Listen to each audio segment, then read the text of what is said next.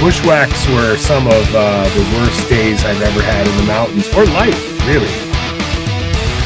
Whereas Panther Mountain is totally opposite. It's a mountain on top of a crater.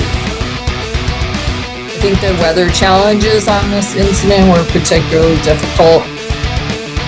It was really the development of New York State. Catskills were responsible.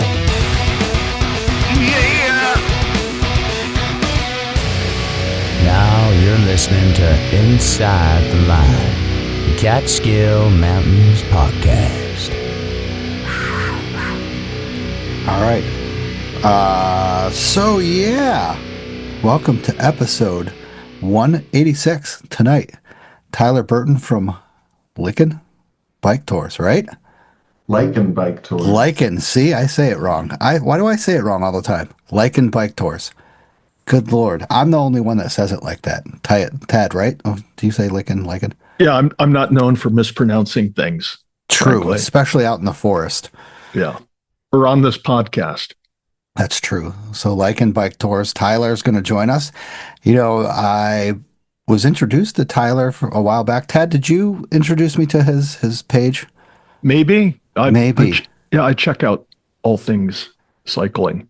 Yeah, so Tad actually puts some effort into this podcast once in a while, so it's pretty good. So he introduced me to this, and I'm just like, wow, this is pretty crazy. It's a new thing, somewhat new, called, what is it called, bike packing?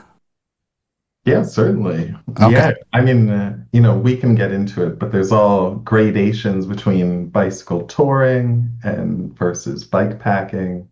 And really, those are just nuances that kind of get in the way of the fact that people should be on their bikes, having fun and being closer to nature and camping in the woods. Oh yeah, that sounds freaking perfect, Tad. That's like you're right up your alley then. Yeah, I'm down for it. Nice. So welcome to the show, Tyler. Let's get into the chat. Once again, sorry for me canceling the Fire Tower event over in Overlook. I'm pretty sure nobody showed up anyway. It didn't seem like anybody was mad. Does that mean the whole thing was canceled when you bowed out? No, not at all. Oh. I went up to Bramley Mountain. We'll talk about that later, but I heard it was beautiful. Saturday night was a beautiful, crystal clear night. Beautiful sunset, amazing stuff. And everybody had a great time. I saw pictures from all over the state, some down in New Jersey and stuff like that. The Fire Tower event is definitely one of a kind when you have the perfect kind of weather and stuff, and it definitely was. And I'll talk about that later when we talk about previous hikes and stuff. But it was just fantastic. Once again, sorry. Reach out to me if you were bummed by it and you met me there, or we're gonna meet me there. I'll give you a free sticker or something. Yeah, I heard people were coming in by the busload when they heard you were going to be there. And then, of course. So we had to give full refunds to everybody. We might be broke for a few weeks, but we'll get our financial footing back. Tyler's showing some aggression. He biked up from freaking New York City to be there. Jesus, sorry, Tyler. Yeah. Listen, just send a text next time. Yeah. No, just kidding. No. Smoke signals. I went freaking all out. I seriously asked people to send me messages. I'm like, send me messages, please. I feel really bad and stuff, but nobody reached out to me. So I'm like, I'm not driving. Well, but afterwards, did anybody reach out to you and say, hey, where the F were you? No. What's going on here? Did you run out of electricity on your way over to Overlook? You freaking electric car, I totally lost all power in my EV. Yeah. No, nobody. No, so I wouldn't say that there's one person that Well done.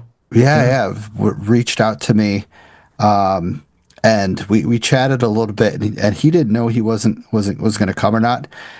I think that was Off in the Woods. Sean said he might be there, he might not. His 7-year-old daughter might not be able to make it or something.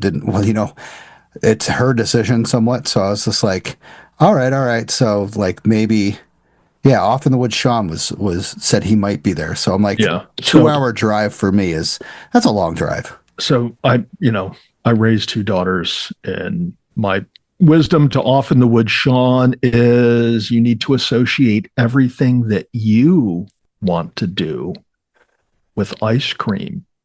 True. Right. So we're going to go check out the fire towers. And then afterwards, we're going to get some really, really, really good ice cream. It's a good idea. Yeah. And what 7-year-old girl's not down for really good ice cream? True.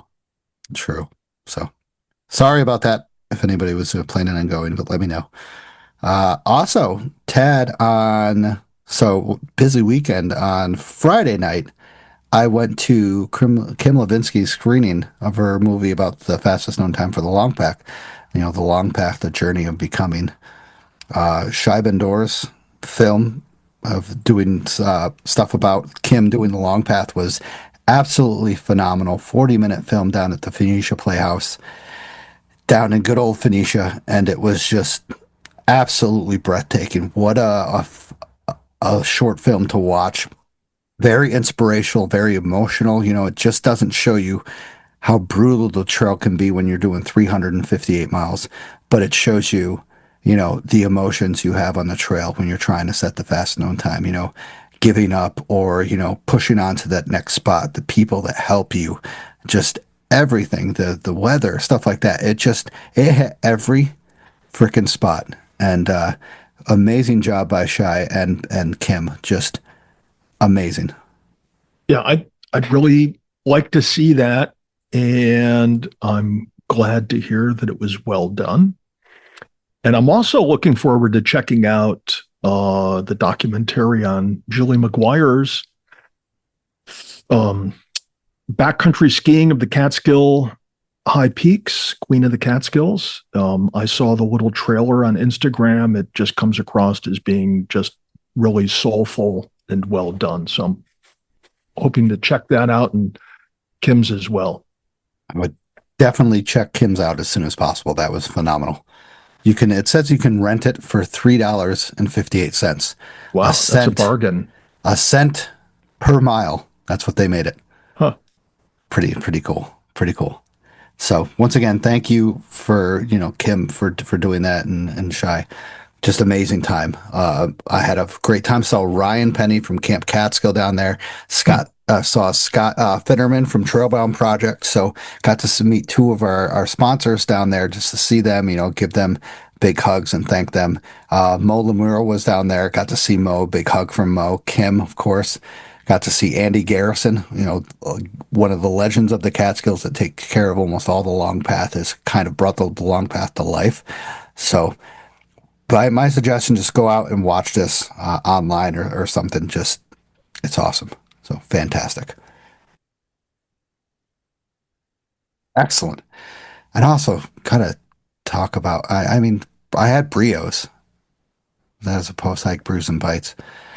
I guess everybody loves their pizza, right? Is it, Tad, have you only had pizza there? I've had a slice from Brios, and it was nice.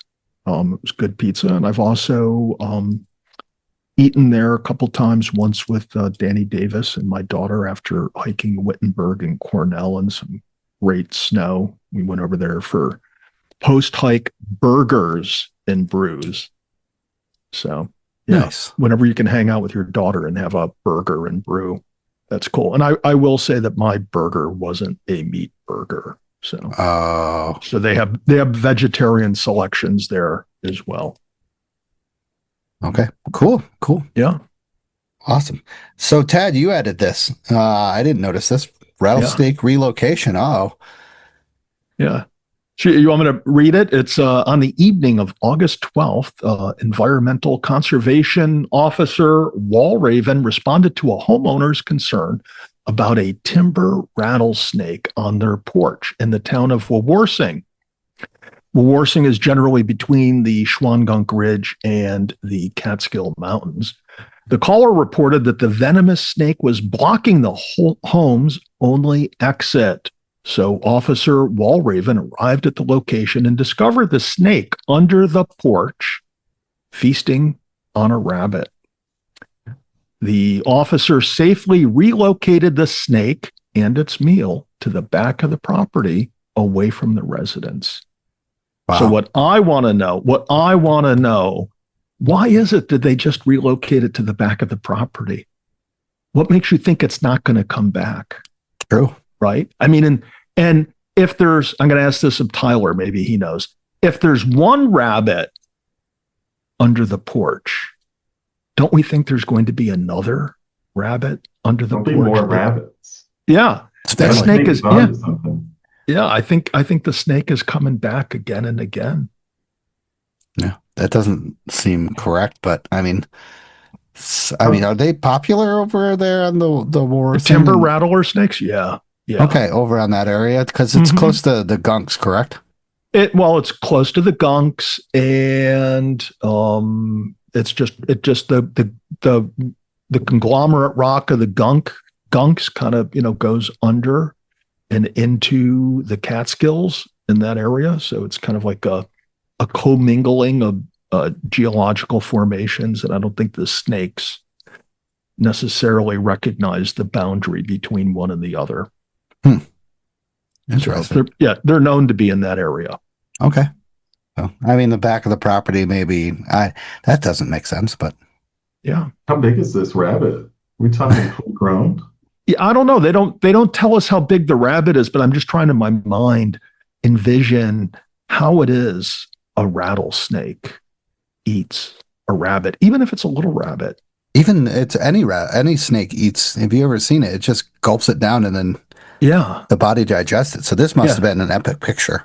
sure. It's not like, at least to my knowledge, timber rattlers don't go around with knives and forks to eat their kill, do they? I wouldn't think so. No. They lack the opposable thumbs. Yeah. Or I don't think they have money to buy these things. So, Yeah, rabbit's expensive. yeah. Amazing. Oh, crazy. So once again, I guess, I mean, this is the time of year where it's getting colder, so they're kind of retreating into the secluded areas. So, I mean, check Yeah. out if you're located in the area, check out your areas because that's, timbers, those anti-venoms aren't cheap. Let's just say that. Aren't cheap. Yeah, I suppose so. But that Warsing is not that far away from the Ellenville Hospital, and I'm sure their emergency room is equipped with the appropriate materials to fight rattlesnake bites because there's a lot of venomous snakes in the gunks, particularly along that western-facing slope, Crazy. Shingle Gully, Witch's Hole, that Oh, whole yeah. area. Okay. Well, cool. Amazing. So take a picture next time. Let's get a picture of that. Yeah, I'm sure he DC. does, but he didn't share. Yeah, that's Yeah, pretty it's crazy. sad. Also, last week I visited the Blue Hole. Apparently, you don't need parking permits after September 15th until January, February, March, April, May 15th. Sorry, get the 2026. So free for all. But what stinks is that you still got a mile added to your overall hike if you go up Peekamoose and Table from that area because they put the parking area a half a mile away from the original parking area. And they don't let you park right at that trailhead anymore. Did they put no. Jersey barriers there? Is They that what have do? big, massive rocks there now, just blocking the whole way. Oh, really? Maybe Yeah. I can, with my Jeep, do a rock crawl. Oh, that would be over fun. the rocks. Record that. Yeah. I mean, I it's the will. snow. The snow is on there. I would definitely try that with your Jeep. Yeah. I was going to say, you were going to say definitely try it with your Tesla. No, I bottomed out at several places. They repaved that whole back Peekamoose Road. Like Yeah. that's all finely, like fine paved stuff. So there's no potholes. There's no. Do you know why they repaved it? You didn't read this in the report. It's for the tour buses. That's why they put the parking lot. Yeah, Tyler. They're going to bring it. I think they're allowed to have up to 50 tour buses at a time at the Blue Hole. I don't think Yeah. 50. Yeah. All right. I'm exaggerating. 49. I rounded up. So, Yeah. And I haven't, the last time I was up that road, it was a nice gravel, which, as a cyclist, someone on a bike, like I love a nice gravel road, and they are disappearing. And Yeah. certainly a topic. yeah, that's sad. It's and it's definitely different coming from doing the Peekamoose Blue Hole or Peekamoose hike that used to have a place that you could fit 5 to 6 cars. It was definitely tight, And then now it's, 50 cars. And then there's another spot where you can park. And then they just blocked off all the spots. Like you can't even, what's sad is you can't even go to Buttermilk Falls anymore. Like you have to walk from the parking You have area. to walk? You have to Yep. walk all the way up that road to Yep. Buttermilk Falls? Jeez, that's got to be awful. You must bring a tent to like overnight if you're Yeah. going up that far. Isn't that crazy? It is crazy. I don't know what's coming to this world. I think we're just going to have tour buses going up and down the road from now on. True. Slowing down, people can take photos, and then the bus will speed away. Hey, whatever, Yeah. whatever. That's the way it's happening. It sucks, we can't. I just one of the big things that we've done this. It's the draft for the informal trails. We've done the Pikamoose Blue Hole stuff, but we have not gotten anything about the Catskill Falls Visitor Units Management Plan. We haven't heard anything, and that's like besides the Pikamoose, that's huge hot topic of the Catskills, I would say, and somewhat New York State, because that's just thing. But we haven't heard anything about it. So Yeah. Well, I think we should either at Picamos Blue Hole or at Catskill Falls. I think we should get a billboard for the podcast. they do have a sign that says like permit required and stuff like that. Those big blue things. Maybe we should just hack into it and be like, listen to Inside the Line. Definitely. Okay, I know a bunch of people. We'll do it. Okay. We're on it. When are we going there again? We're Catskill? No, down to Picamos. That's where. I'm hiking. I'm going to do the 6 in October. Ooh, I got a couple people lined up. It's going to be on a Saturday if you want to come. Give me a date, and I will see if I can take that Saturday off. I'm actually very interested. All right. It's the people I saw the naked hiker with. What's with you and this naked hiker? You bring it up. It wasn't me. I wasn't the naked hiker, but these are the people that when we ran into the naked hiker, the ladies. Yeah. Connecticut ladies. Cool. Yeah. So apparently once they heard there's naked hiking in the Catskills, they got more of their friends together and they want to come back. Hey. Yeah. It's like they must have that Woodstock vibe of just like, live free. Yeah. So everybody thought that it was social media that created the spike in hiking in the Catskills. It's going to be the naked hiking boom that's going to bring all the people here. There we go. Watch out. Tad mentions it on the podcast. I noticed Tyler's leaning forward. He's like, maybe I should stop riding my bike in the Cats and just hike around. Yeah. Naked. Crazy. All right. So, we didn't have much this week for shooting the shit. Usually we have a good amount. But we didn't have much. But I want to give a big thank you to the monthly supporters. New one, Bob McLinn. Thank you for supporting the show. New one, Chris Garabian. Thank you so much for supporting the show. Jeff Jotz, Vicky Ferreira, Mikey S., John Comiskey, Summit Seekers, Desert City Radio, Betsy A., Denise W., Vanessa, Jim C., and Eric. Amazing. Thank you guys so much for supporting the show. Once again, you support the show. You kind of, as an individual and a sponsor, you kind of just like pay off what we use for the show, like Zoom and stuff, and then the rest goes back into the Catskills. I donate it back in the Catskills because I do this for fun. I freaking love it. So, like the money we gave to the Forest Ranger Foundation. Oh God, yeah, I can't wait to give to them again. They definitely need it. They should, but I will requirement they have to have Inside the Line patches on their stuff. So. Yeah, I will. It's a new requirement. Like their ace bandages and stuff like that have to have printed on it inside the line, advertising on the outer edge. Yeah, on the splints and the casts and the litters. Only the best stuff. That's what he said. Only the best. So like when you fall down a cliff in the Catskills and they bring you to, you're like looking at a guy with a baseball cap on that says Inside the Line. Yes. Catskill Mountain Podcast. It's the first thing I remember seeing after I fell. Nice. Hey, it works. Yeah. It works. Also, this episode is sponsored by Another Summit, a branch of Guardian Revival. This fall, starting now, they're inviting you to take part in something powerful. It's called the 1 Mile Challenge. Run, walk, or ruck a mile a day in solidarity for our veterans and first responders.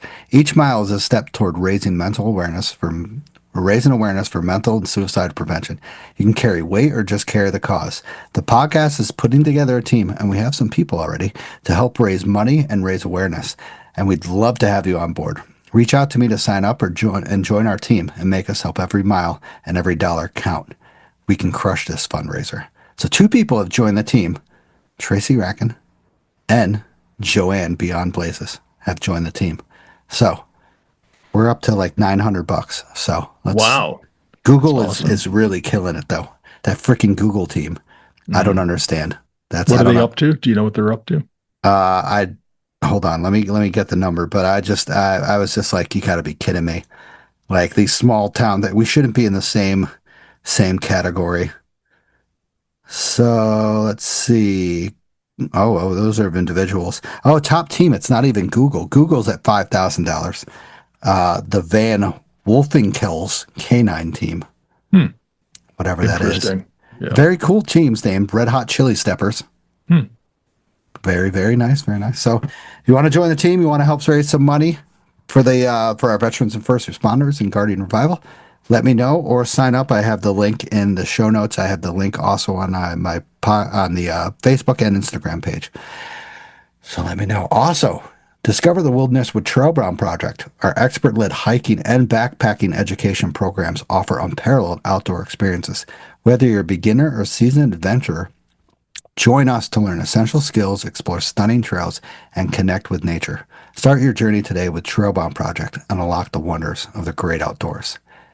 Once again, I saw founder and owner of Trailbound Project, Scott Finnerman, at the showing of the Long Path film. It was fantastic to talk with him. He's doing some great stuff, and he's still loving every part of what he's doing, and he loves the podcast. So thank you, Scott and Joe, for supporting the show. So the big question is, are you really outdoors? Did you really go out this weekend or this previous week? Mention the podcast on one of your hikes through social media. We'll chat about it on the show. Tag us by typing at ITL Catskill MTM podcast on your post. So, Cruise Out Kaside, aka Sam Cash, who was previously on the podcast for doing her completion of the All Trails, did Overlook for the American Foundation for Suicide Prevention. I will put her link in the show notes if you want to donate. So they did a bunch of fire towers and stuff like that in the previous days for this amazing fundraiser. So we're all going to have all sorts of fundraisers this thing. So get out your cash and start throwing it to everybody. Give, give, give. That's the whole thing. So TJL72, Tony, was out and about somewhere. He just did a story and tagged us in it. It didn't say like where he was. I guess he didn't want us to know, but I kind of had a thought that it was over towards the Balsam Lake area. It looked sort of swampy, but also kind of very remote. So I later confirmed that it was towards that area. We'll talk about that. It was really nice.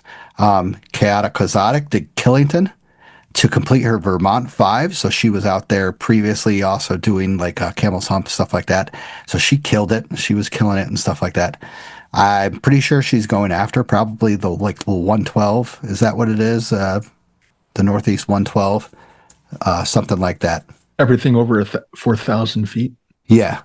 Yeah. That and the highest points in the Northeast and stuff. Yeah. So what do they do when the sea level goes up 5 feet or 3 feet with climate change?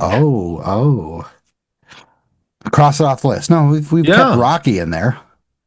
Yeah, but it's never been over 3,500, right? It was when we didn't have the correct technology. Excuse me. Okay. So I guess what you're saying is we just have to mismeasure now the mountains. It's like everything in the Catskills can be over 4,000 feet because we're just going to use crappy equipment. Correct. Okay. Catskill High Peak was once considered the highest point in the Catskills. Remember that? That's true. Yeah. I think they had it down at like 13,500 feet. I mean, hey, you got to walk with what did they said they walked with the wheel one time. The Forest Rangers said. Yeah. He said that they walked with the wheel. That's why everything's so off with the mileage. All I know is the Vermont 5. The Vermont 5, most of them you can get to the top of by a chairlift. True. Mansfield, Killington, Camel's Hump you can't. What else is there? Abraham, Abraham, Ellen. and then Ellen. Tad is. Oh, I thought you were I paused. never heard of Abraham and Ellen. Is it? It's nuts. All right. Yeah. All right. So Pink Pony. I don't know, but I'm not. Yeah. So Pink Pony 818 went on and did Catskill High Peaks. She looks like she went up the Southern Access on a rainy day. Looks fantastic. Looks fun. Beautiful time. Red-handed adventure guides. Mike was out paddling on the upper Delaware on a beautiful day, spotting. It said spitting on there. So spotting bald eagles. Once again, this is just show notes that I write down. Craziness. I try to get everything. Labradonta, aka Brad, had their first herd path experience going up Southwest Hunter from Notch Lake, then went up Plateau Mountain as well. So herd path is kind of, that's just a path, but you'll get a better herd path experience when you go up like Rusk or something like that. It'll be fun. So awesome, Brad. Keep it going. Catskill Mountain Hikers was up at Bramley in the morning, then went up Tremper from Jessup because he said that the normal area is closed. Then went to the Visitors Center Fire Tower after that, then finished with Overlook. So all those in one day. Pretty killer time. I'm very curious of why the Tremper area was closed. That's a little odd, but is Tad motionless? Yes, he is. Tyler, so it's just you and me right now, buddy. Sounds good. I'll be your sidekick. I'm here. Nice. All right. So, He's not a TJL. sidekick. He's a host. Oh, you are here. You're here as a sidekick. So Tad's back. What is going on down there, buddy? Yeah, I'm just. According to this, my internet connection's unstable. It's kind of like a nuclear reactor. It's like vibrating, and it's yeah.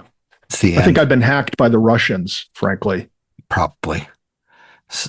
So Tony was also, he tagged us again, and I put it out somewhere in the Catskills. Once again, he's keeping it secret, but I later found out that he was in the Willowweemek area. So did some beautiful hiking off of some lesser known trails. So I don't know if he's going after his all trails or something like that, because did some camping out there. I thought it was great. Feral Hollows. What's go ahead. His handle on, and what's his handle? Is that TJL or TJI? TJL72 _ 72. No, sorry. TJI. Is it TJI or TJL? Okay. All right. Now it's making sense. Yeah. Now TJI _ 72. I think it's Tony is something. Hold on. Yeah. Sorry. See him. He's got the cool wraparound sunglasses on. Yes. So he was out west in the Catskills. Feral Hollows and Tales of a Wanderer were up North Dome and Sherrill, and it looks like they ran into somebody. Now what's going on? I posted this, and I knew that person what he looked like, and I was like, wow, what a weirdo. Was that you, Ted? Yeah. Was he naked? No. I had clothes. No, yeah, wasn't me. I had clothes on. Did they run into a naked hiker? Is that what you're talking about? What's with that?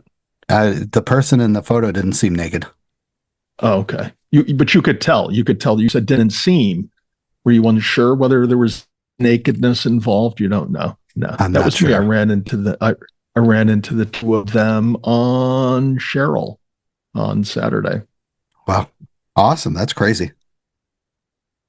Yeah. Very nice people. Nigel didn't recognize me until the bitter end, and then it connected the dots. So nice. Good for him. Nice. I left my microphone at home. Oh man. Next time haul it up there. I know you like to haul that stuff up there because you're broadcast live. Coming to you live from Sherrill. Also, Cam 5 was up at Devil's Path, did the Eastern Devil's Path loop. So that's pretty awesome. Like what do you think, Tad? Like started at... Go ahead. mean, that's a big one. The Eastern Devil's Path Loop. Oh, That's a long day. so she hiked the Eastern Four. Yeah, and then when she was done, she went and did the road walk back to her car.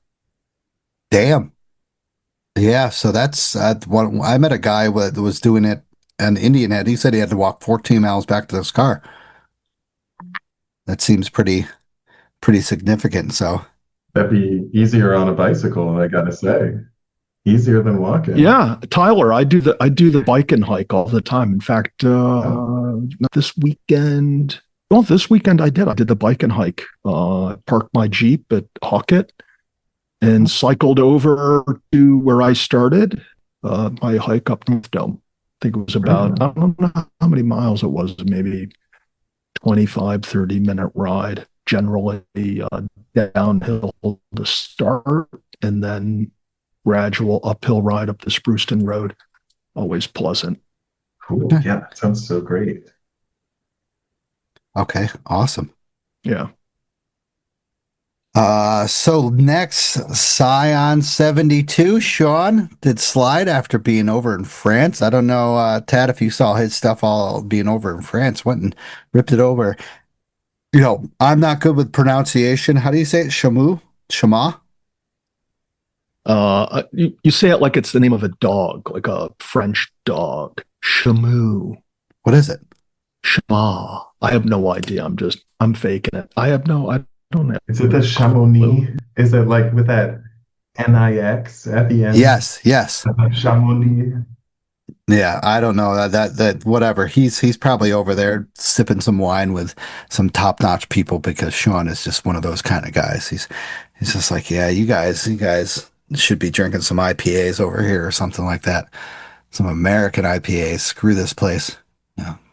So he's back in slide. He's probably depressed as heck because he's not over in the Alps and kicking it up at 14,000 feet. So, but thank you, Sean, for tagging the show. Really appreciate it. Offo, again, another Sean. Off in the woods, Sean did Hawkett because he had car troubles, number 19. Said he had car troubles on the weekend, so he went up and did Hawkett today, which is Tuesday, number 19 of 37. So, kick ass.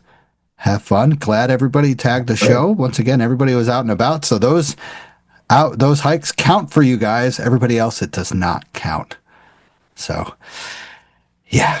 Also, buy us a hard cider to support the show. If you think we're doing a good job and you want us to show us some support, buy us a coffee/hard cider on buymeacoffee.com. It's in the show notes. It's in the links. Let me know. Rate the show as well. That 1 star is starting to disappear, so that's good from the intro music. So the guy didn't like the intro music, so he gave us a 1 star, even though you can skip it. This is 2025, people. So rate us 5 stars. Get that out of here. All right, Tad, are you still connected with us pretty decently? Yeah, I'm looking at my Wi-Fi status now. It says all systems working. So Okay. what can I say? Do I sound good? I always sound good, but how do I sound now? It's like unstable. Like you're very far behind. So, Mentally, I'm unstable. well, all right. So let's keep going. Who's drinking something tonight? Well, I'm sipping a little coffee over here. A little sweetened, light and sweet. Special brew. What type of brew you got going? You like a percolator, pour through, espresso, French press? This is the mocha pot, stovetop, well, finely ground espresso. Just burn the shit out of it. Just roast it on the stove. Yeah.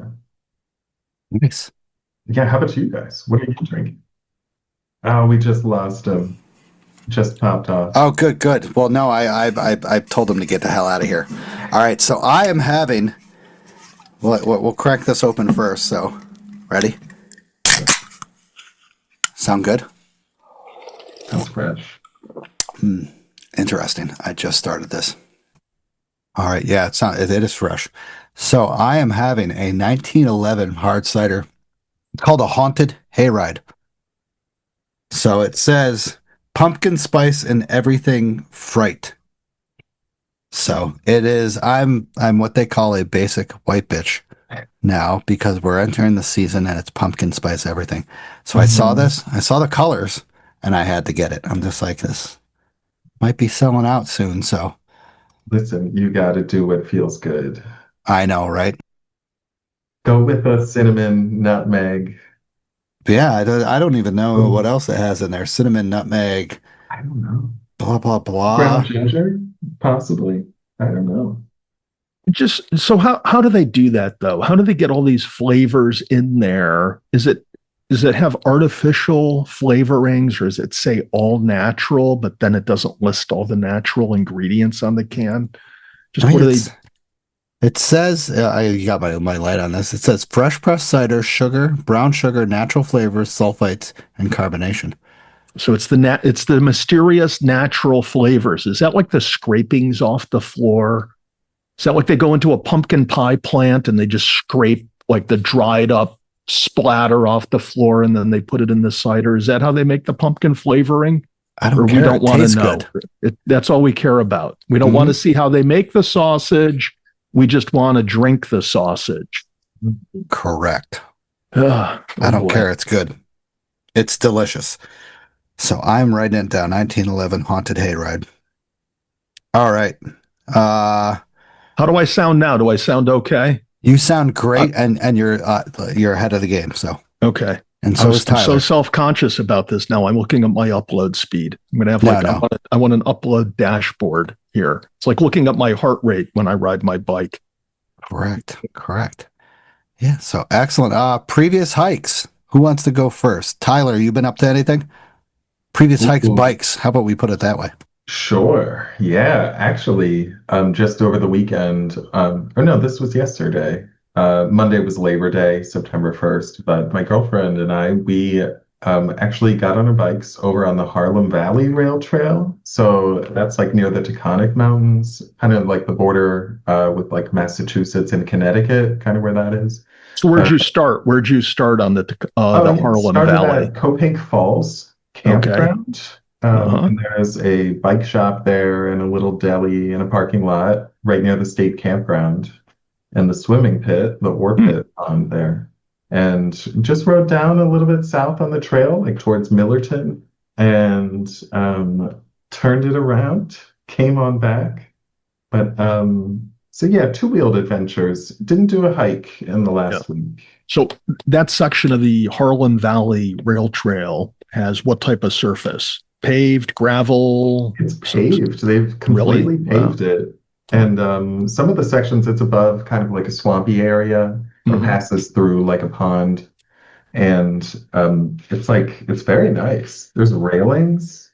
I'm like, they did this? Like guardrails for cyclists. You can have a few 1911 pumpkin flavored ciders and not worry about riding into the swamp. Yeah, the guardrails are going to keep you safe. Yeah, but you might get some splinters if you hit them hard. Oh, ouch. Yeah, that's what the Lycra is for. I think cyclists should wear more protective clothing, like Lycra over the knees at least. Yeah. Well, you see the downhill mountain bikers wear the more protective stuff. Yeah. Yeah. Oh, well. They're nuts. Yeah. It's beautiful weather. This whole weekend we had beautiful weather. So, I mean, how many miles do you think that was the overall that you did? Oh, it was probably like 15 miles or so. Nice. So not bad, like an afternoon. Yeah, nothing crazy. What about you two? Any hikes? Tad had some hikes, a couple. Yeah, I took today was my first day off biking or hiking since last Wednesday. So I rode every day. But I hiked. I did the bike and hike on Saturday.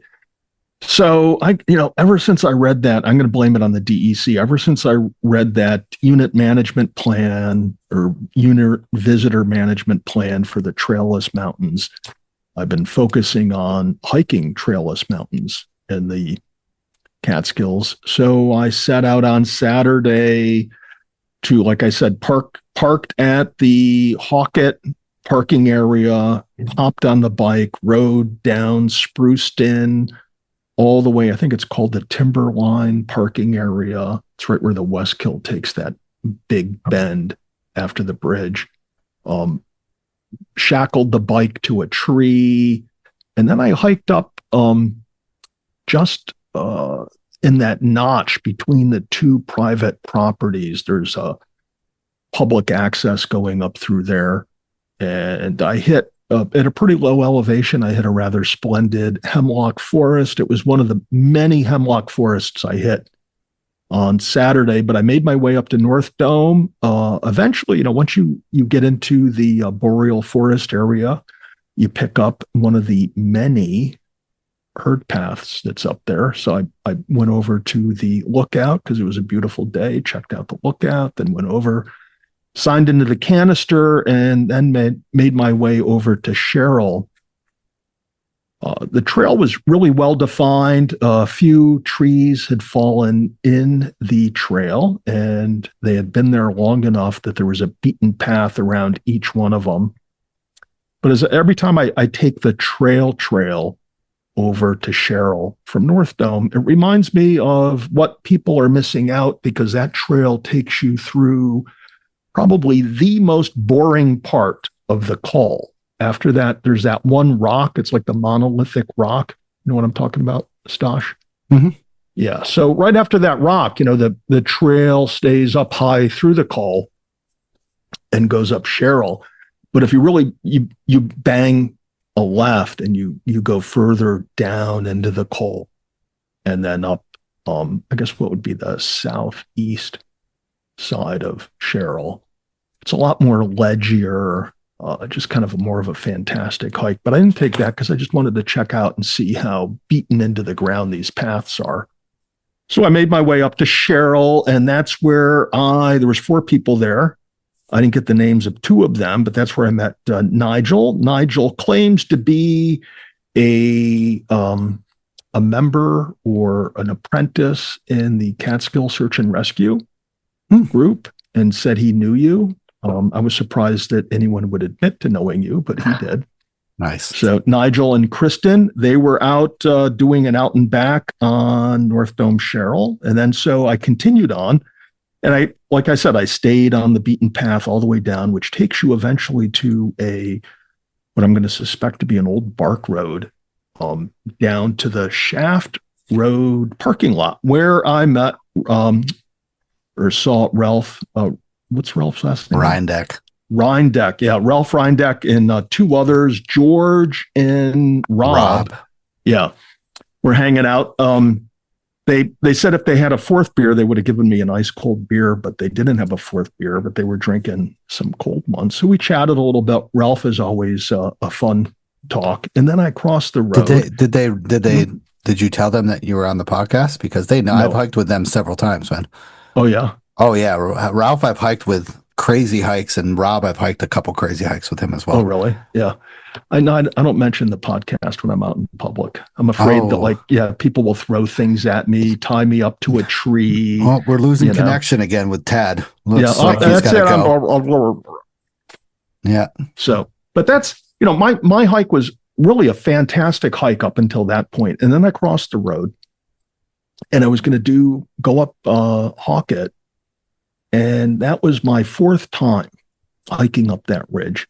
And it started out like all other hikes up that ridge. It's a pretty steep climb, which is not surprising, given what we experience when you hike Hawkett from the parking lot proper. But, I'm looking forward to making the ridge. You're going through some nettle fields. You hit logging roads on your way up. I stayed on one logging road for quite a ways, and then banged a hard right and started going up the ridge. And it was a really pleasant hike. There wasn't a lot of undergrowth through the forest floor. And then about a little over a half a mile from the summit, I started to get into some thick stuff, that ivy that grows on the ground. It was pretty thick and tall. Other, beech whips. Undergrowth. Yeah, they're not really much beech whip or hobble. Yeah, it was mainly berry bushes and prickers. Oh shit. Oh, Yeah, that's yeah, different. yeah. And so there comes a point, and the thing of it is it's all green, and you can't see the contours anymore because it's just really, it looks like a level or just a straight incline going up. There's no contours going up and down. It's just like an incline in front of you, and you don't know how far you have to go through this incredibly thick shit. I mean, it was so bad at one time. I knew, like, for example, that my shoelaces had come untied. But how do you really tie them? Are you going to bend over in that? You're going to push it all away. I mean, what do you do? So you just walk with your shoelaces untied. You just keep going, uphill in this stuff, and you get through it, and you're like thinking, okay, it's going to end here. No, it doesn't end there. You have to keep going further and further. And then you see off to the right, like a little spot where there's a clearing of this stuff. So you go over there, and you're like, for you feel like a running back that's just come out of the backfield with the football, and you get the first down like 12 yards downfield because you're just moving so fast, and then bam, you're into it again. It's like thick and tall and relentless, and you're just, when is it going to end? And it doesn't end. You keep going up and up and up, and it was just like, it was mentally tiring, not knowing how much further. I mean, when you're out, like, climbing ledges, where the summit is, when you're going to like be done going over these ledges. Not here, man. It was just going on and on and on and on. But eventually I was able to tie my shoes, and continue on, got to the canister, and then you hit the herd path trail on your way down. And that was like nirvana, man. That ground is so hard now, nothing grows on that path. You got nettles to the left, nettles to the right, but not in front of you. You can just, zoom on down. But it was like just so many berries in there. And I'm thinking, I'm walking into the wind as I'm going uphill. So I'm thinking there's no way any bear are going to smell me coming, and they're not going to hear me. So, but I didn't see any bear. Normally when I do that ridge, I do see bear along it, but not that day. So that was my hike. Other than that, I lost track at 6 hemlock groves that I walked through, but I went through some really, really big ones on my way up and down these mountains that really made up for the never ending sea of whatever that stuff was. So that was my hike. Interesting. Back to your bike. Yeah. Then afterwards, I went and picked up the bike and didn't stop at Wesco.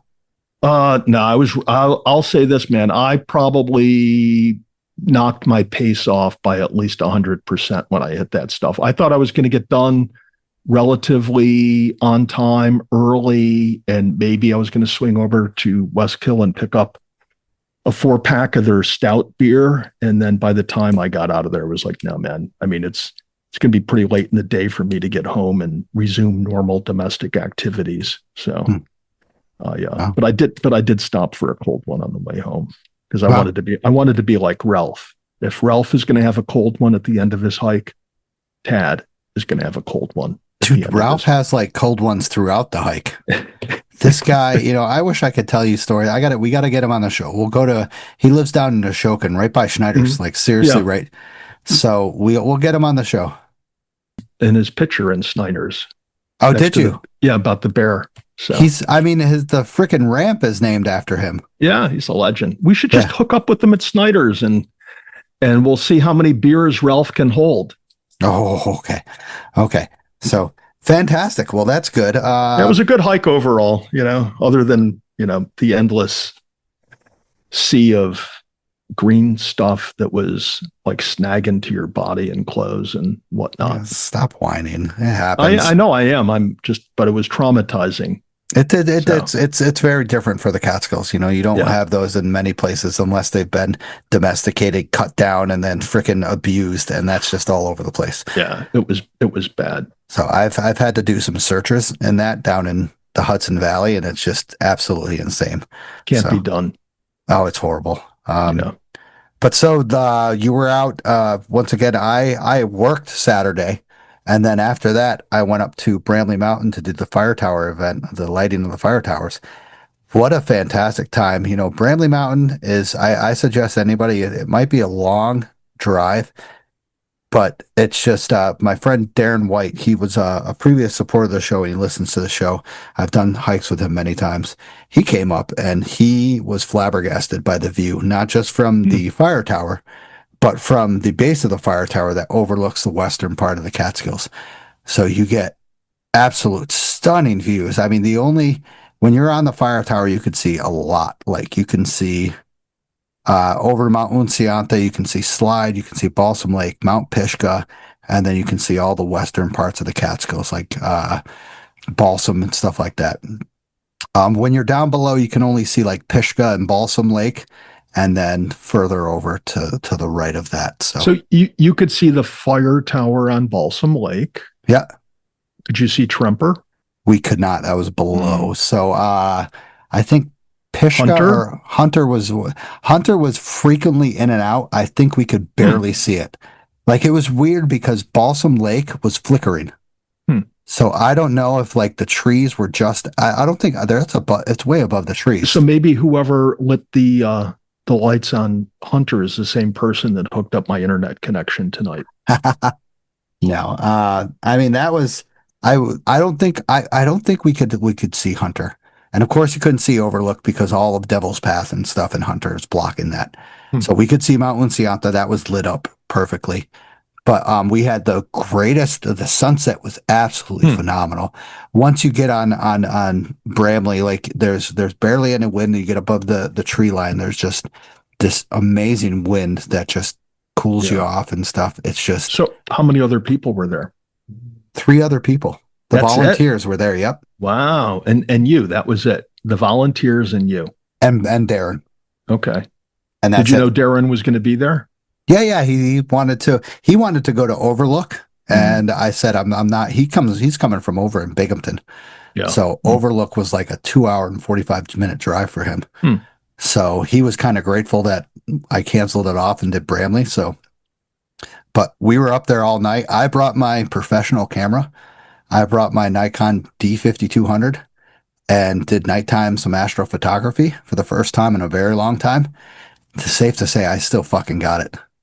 I still have that photography thing of me. Tyler, why you laughing there? What's so funny? Oh, I'm just thinking that like I still got it. Yeah. Like, hell yeah. Oh, I didn't say that. I said some other word in there, Tyler. You get yeah. He's like, this is my business. I'm not going to say. HE double hockey sticks. All yes. Right. Get lined up. I'll keep it tight. Yeah, I was setting up the camera. I started using it, and then I took like one shot of where I had all the settings, and the stars popped, and I'm like, I still got it. Hell yeah! And I was so confident the rest of the night. I just moved the camera over every 5 feet, over here, over there. Did some shot of the Milky Way. Did shot of the fire tower. Did it lit? Did it non-lit? Stuff like that. Just a beautiful night of where all you had to do was throw on a sweater. And you felt good, like you weren't freezing, you weren't having to keep yourself warm, you didn't have to do like, hot chocolate or anything. But it was just one of those nights, everybody was communicating with everybody. We were talking with Lori Rankin from the Balsam Lake Fire Tower. She had it lit. There was other people that, like we're all lit, we're all ready to go. We can see this, we could see that stuff. Just a fantastic time. When you say you were talking to them, were people like communicating by way of radio, cell service? Oh, okay, really? I mean, Hunter has it, Balsam Lake have it, Bramley has it, freaking Mount Unsianta has it. Everybody has, I would say, cell tower service at the top of those, every one of those. And we were supposed to see Rock Rift over on the western parts of the Catskills. So that's not open to the public, but it said it was going to be lit up for the fire tower event, but we didn't see that. So, and it's really cool. So they had binoculars up there, and you could point out fire towers and stuff. And I was looking over straight west, and we saw the wind turbines over in Windsor. I don't know how far away that is from Delhi, but that's pretty far.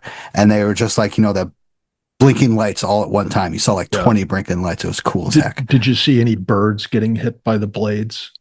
Like hundreds, thousands. Really? Yeah, they were just going down left and right. It was like a massacre. That's where they ought to take all the timber rattlers is over there, and then they can just feed on the dead birds. Exactly.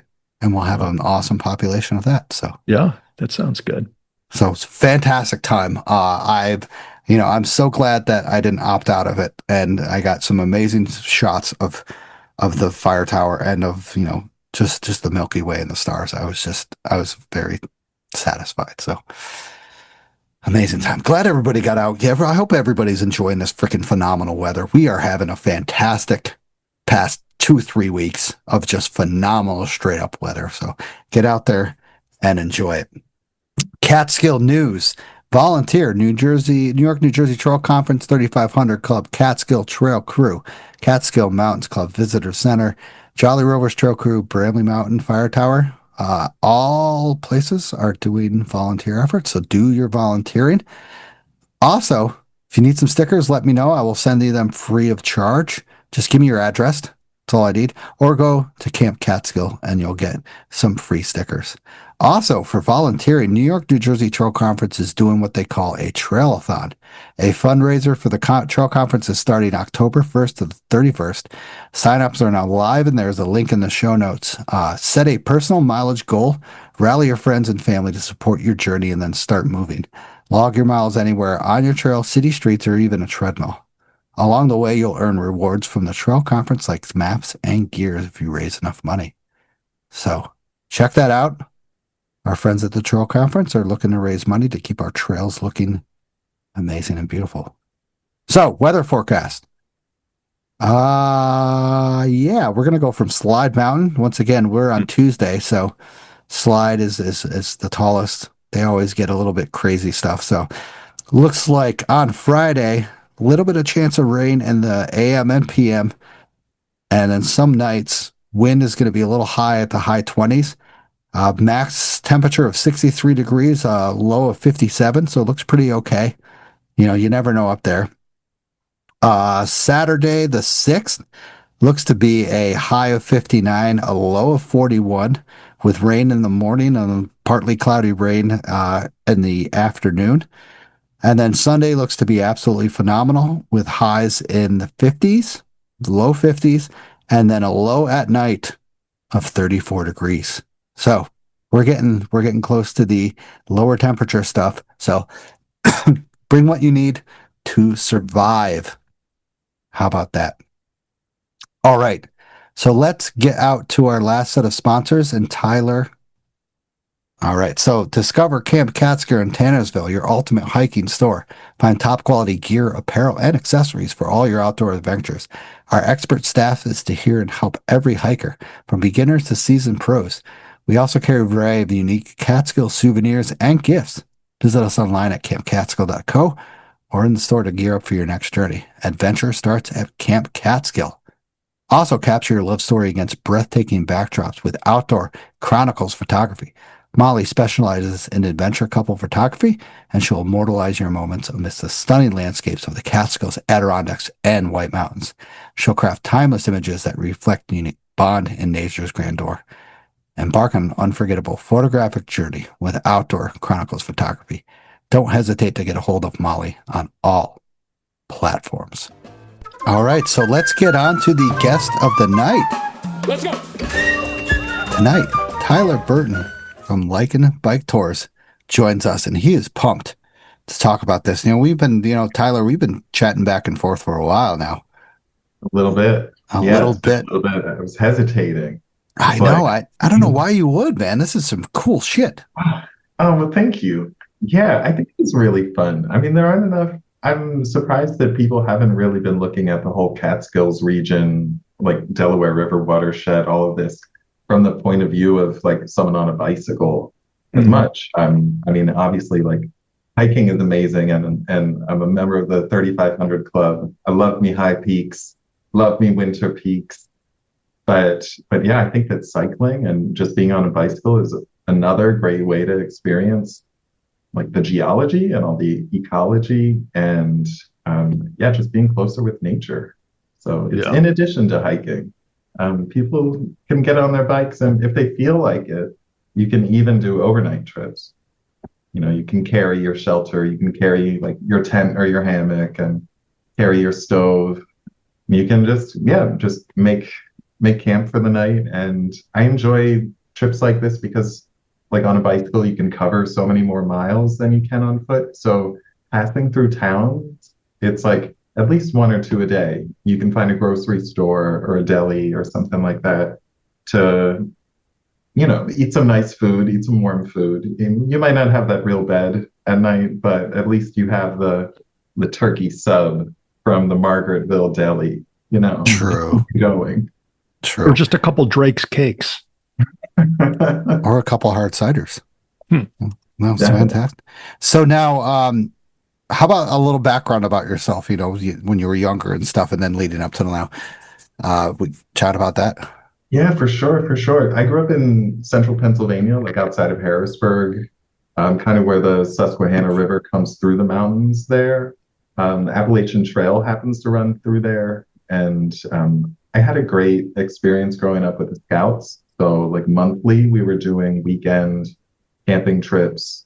And in the summertime, we'd sometimes do like a longer trip. And so twice when I was a kid, we did a cycling and camping on the C&O Canal. So from Cumberland, Maryland into DC.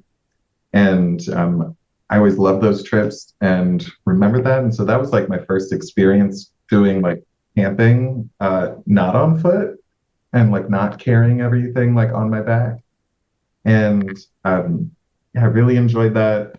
But I also, fast forward a little bit, I had been living in New York City. I was commuting to work on a bicycle, and it came to be 2020 and the summer of 2020, and I was feeling like a little bit cooped up, and my birthday was rolling around, and I said to myself, like, if I don't just use my commuter bike and my commuter rack and my like waterproof bags to just take my heavy tent out, like if I don't do this now, like I'm never going to do this. Like I have to give this a try. And so I took my first trip as an adult. It was solo, but I went up to Lake Welch Campground, which is like New York State, but up a really high hill.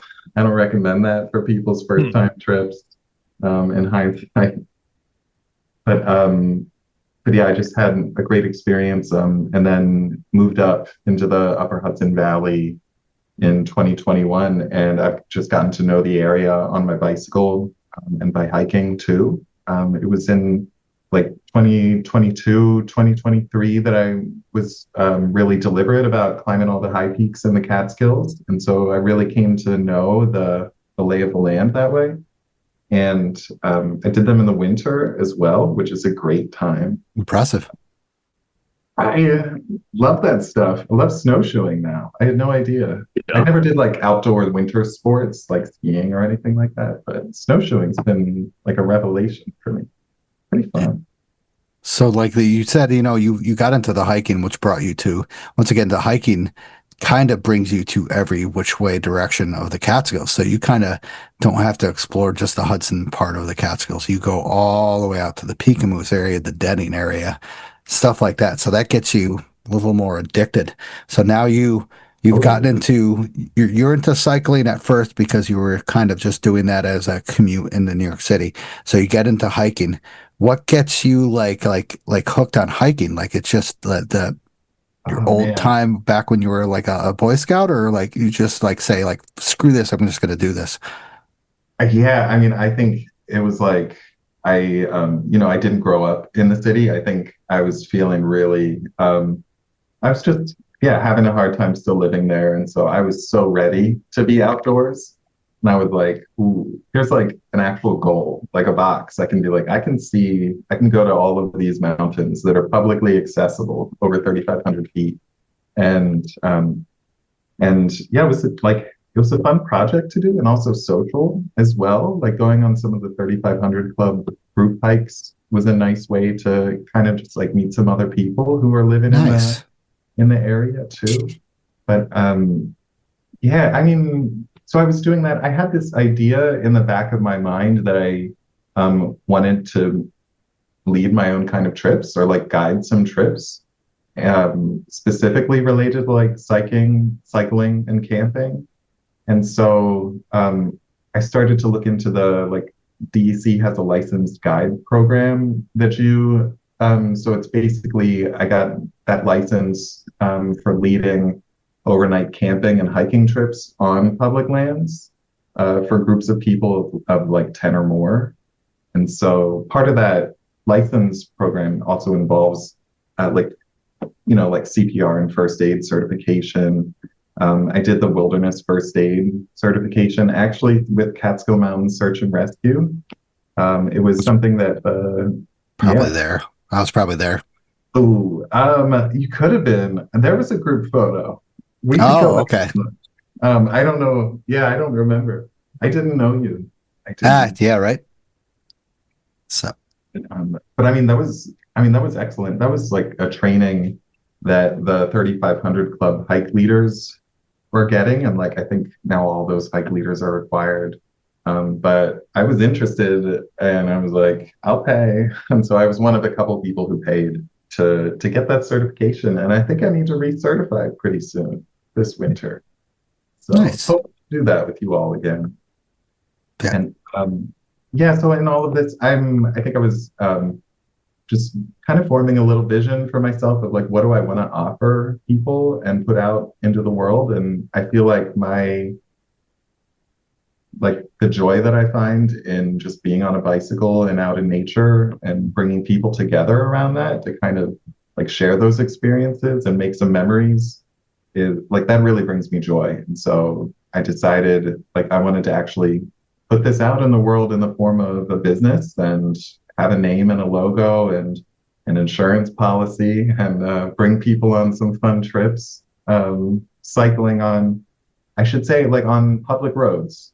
And so my whole thing, especially with doing cycling trips through the Catskills, is I hate highways. I would never tell anyone to ride on like Route 28 or like 212 or 214 or like any of those big highways. Bikes shouldn't be on those. And so for me, it's kind of like a constraint that forced me to look, alternative passes through the mountains. So it's like, the deep notch, like Route 42 going through, where Spruceton Road meets it. Like that's a highway in my mind. It's like a fast road and no shoulders. And so in my mind, I'm like, I don't want to send people down that road. So it's forced me to look up and into some alternate paths of, like over South Fly Mountain is like County Route 3. And it's a broad double track road. A gnarly road. I mean, come on. Going up it fully packed on a bike takes some balance skill. Okay. I'm walking. Right? I'm walking. Oh, you're walking up it? Really? Okay. Yeah, I'll be honest. Like, I'm definitely the hike-a-bike. When something's that steep, it's like that road was built before switchbacks were invented. True. It blasts straight up and straight down. Yeah. So sketchy, scary. It's pretty like going down is the harder part than going up. Frankly, you got to brake and stuff like that. Yeah, you kind of. Oh yeah, it's all washed out. When I was up it a few weeks ago, and it was like it seemed like it was freshly graded because it had all of this loose, moving rock in like the center 60% of the graded roadway area. So yeah, I mean, I will say, so I've looked at that area of like basically how do you cross from the whole like Fleischmann's, Margaretville, Arkville side and get over to Prattsville. And so there are a couple of passes through there. One of them is like Ski Run Road, actually, but it passes through some private land in the middle. Yeah. And so can't do that one. Yeah. And there's another road like Turk's Hollow Road. You can pass through there, but it's just so overgrown. It's overgrown double track. It's like a degraded logging road. It doesn't even have designated use by DEC. It's just, there. It just still exists for another 5 years. Yeah. It's like good luck. Yeah. So Tyler, where'd the name come from? Where'd Lichen Bike Tour? Yeah, Lichen Bike Tours. So for me, I wanted to call this offering that I'm putting out into the world Lichen Bike Tours because lichens are these, living, very colorful little splotches that you see on rocks and on trees. They really grow in habitats that are not man-made. you'll see them on fence posts and things, but it's usually like they're a part of nature. And when you start noticing them, they are everywhere on every surface. And each little lichen that we see is like a symbiotic relationship. It's a fungus and then some sort of photosynthesizer. So like a single cell bacteria, like an algae, partnered with a little fungus. And I just think that kind of relationship where it's like these two different entities are like working together to create like an environment that works for them so they can live and just like keep thriving. Even It's in like a little lichen way of thriving. It's like you Yeah. can see those big, happy, uninterrupted little colonies. the bike and the rider have the same symbiotic relationship. Is that what you're Totally. saying? Yeah. Yeah, I'm like using that symbolism. It's like, yeah, like, the fungus, the structure of the bicycle is carrying, my shelter, Mhm. my stove, like all my food. It's like, and I'm providing all the energy for that, but it's like, here's my tool that's helping me. Yeah. So before you start the business, was your only bike packing trip, if you will, that ride up to Lake Welch, the overnighter? Ooh, great question. I've done some more trips. I've done some more like always solo, always myself, and well, starting off, of course, like with myself, and then starting to do like rides with friends. But yeah, primarily here in the Catskills. This is an activity that I've kind of come to since moving here. And for me, this region is all new, and I'm really curious about it. And so it's been a way for me to engage with this landscape. And how is it, if at all, you would describe to somebody who's completely unfamiliar with bike packing, what bike packing is, and why do we have that phrase bike packing versus bicycle touring or bike touring? Definitely, yeah. No, great question. Because yeah, like so this term bike packing, it's a play on words off of backpacking, right? So like you have this like all the connotations when you're backpacking of like, you got the big bag and probably external frame and you've got like, all your gear strapped on and you're lugging it through the woods and close with nature and occasionally passing through town and probably camping in the woods, probably not staying at hotels every night, but actually just spending time in hiker spots or at lean-tos. And so I think to me, like that term bike packing comes from just that play on words where it's like, okay, we're going to do all that nature stuff and with the overnight camping, but we're going to do it with a bicycle frame carrying all that weight and all that. And so, yeah, I don't know when that term really came about. I mean, there's a website, bikepacking.com, that kind of came, I don't know, it was probably formed like 15 years ago. Yeah, I've never heard of that until you brought that up. I've never heard of that. Yeah. I mean, it's been an activity that people have done. Like I've met a guy who's been leading tours for like 40 years in the Adirondacks. Oh, wow. And he's like, we were doing it on skinny tires and like, like the classic 90s mountain bikes the first time around before they're making them that way again today. I did my first, what would now be known as bike packing. I think it was like 1986 on a Raleigh fat tire, 26-inch wheel, 2-inch tire bike with, we were carrying our gear in milk crates and gallon water jugs that we had riveted to bike racks. Listening to the Grateful Dead and Jimi Hendrix. Yeah, we were, Good man. Lord. We were listening to the Grateful Dead and guerrilla camping on the Outer Banks and, living like kings on like $5 a day. So, but that was 1986.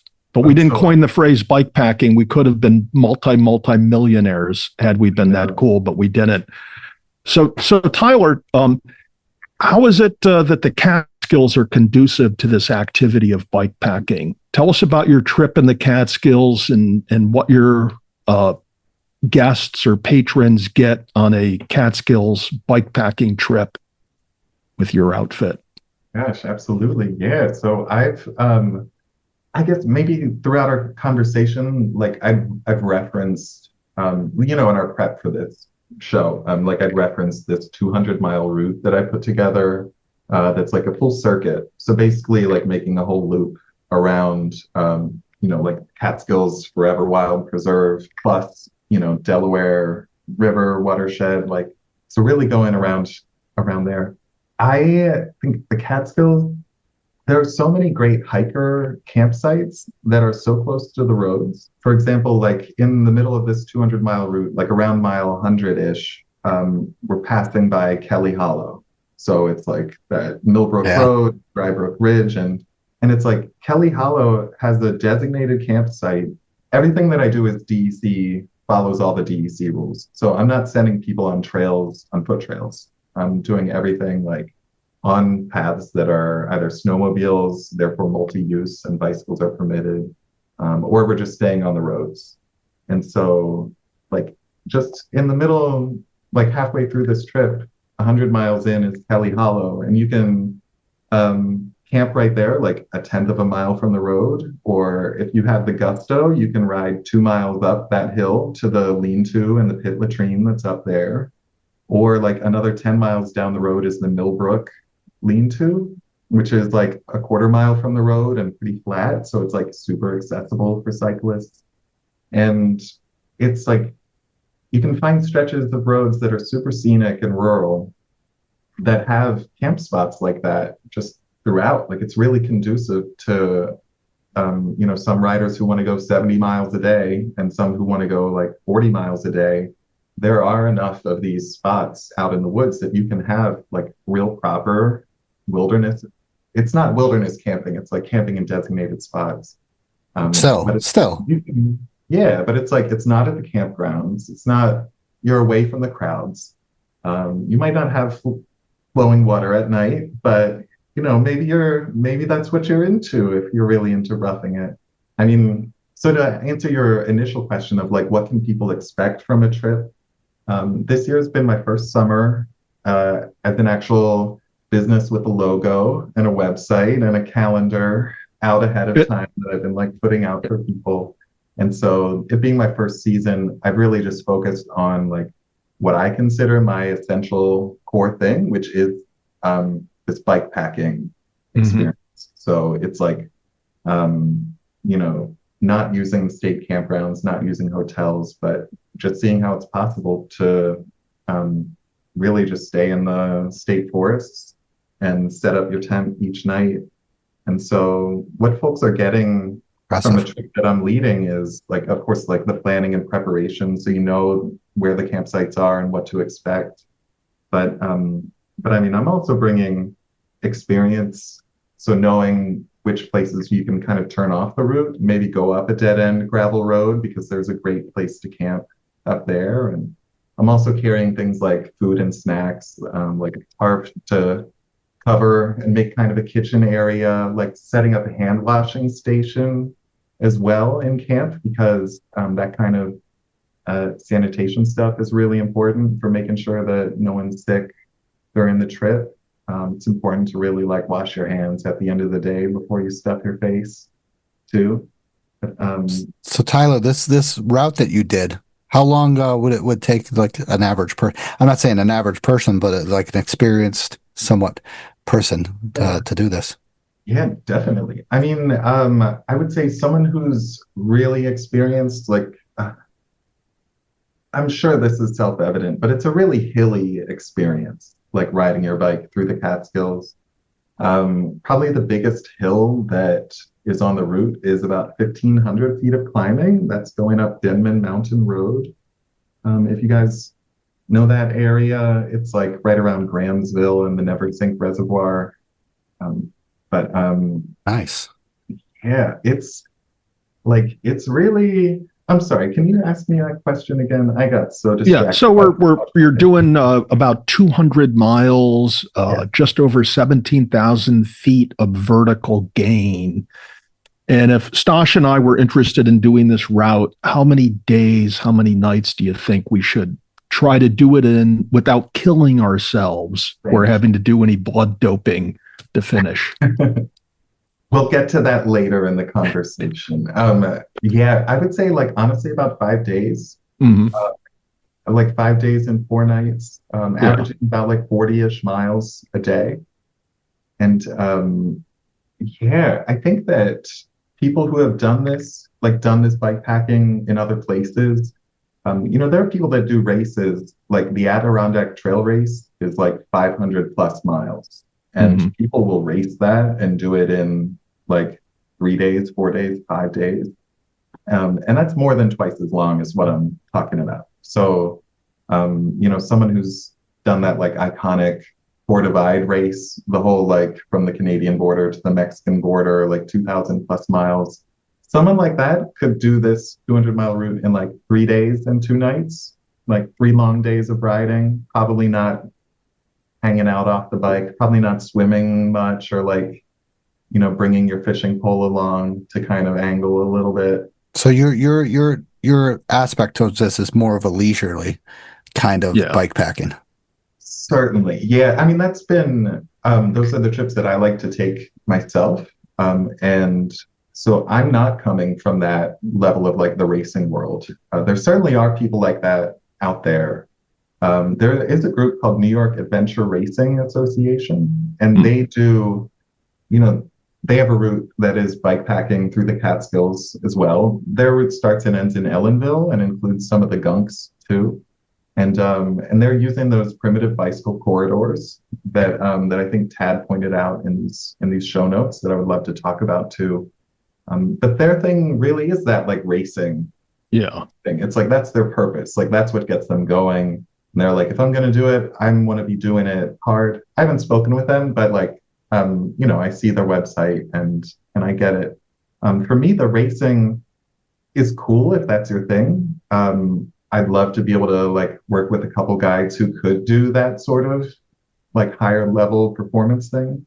But yeah, for right now, for example, this summer I did a 5-day trip that was roughly following this route, and I feel like honestly it needs another day next year. Oh wow.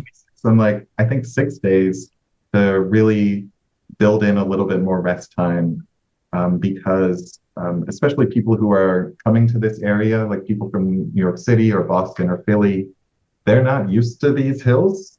And it's taken me a long time to get used to these hills. And so I think turning down some of that intensity might make the trip a little bit more accessible for folks. So you expect your participants to carry all their gear? Yeah, so with the trips that I've been doing this year, I conceive of these as like self-supported trips. Mhm. So people are responsible for carrying their own tent, their own sleeping bag, their own like air mat. And yeah, I think in the future, I would love to be able to offer some more like vehicle supported trips. And honestly, things where, we're staying in hotels, maybe like real Mhm. beds, real coffee in the morning, real Yeah. toilets. Yeah. Well, I think there's an appeal to the crowd that likes to rough it, Yeah. even with some level of vehicle support, so they're not carrying all that weight during the day, but they still want to sleep in the outdoors at some Yeah. level. And then you got the people that we used to call them credit card tours, where you carry minimal gear and you check into a place at night and buy your food, buy your bed, and ride out in the morning. But there's certainly an appeal to all of these things. But this summer when you did it, how many participants did you have? Oh man, I've been doing like small groups, especially this first season. So I've been doing a couple trips where like up to 4 people plus myself. Nice. And yeah, because again, it's like, the reason why you would want to get a guide as well as because you're having a group experience. And so like you want to be able to socialize with other people and maybe like meet some new folks who like doing this. And I think as a guide, one of my concerns and one of the unknowns I'm dealing with is like people with different pace levels, like, like if even one person is really struggling and like can't complete the second day of riding, it's like it's affecting everyone. So controlling some of those variables, like I wanted to control some of those variables by starting off with like smaller groups.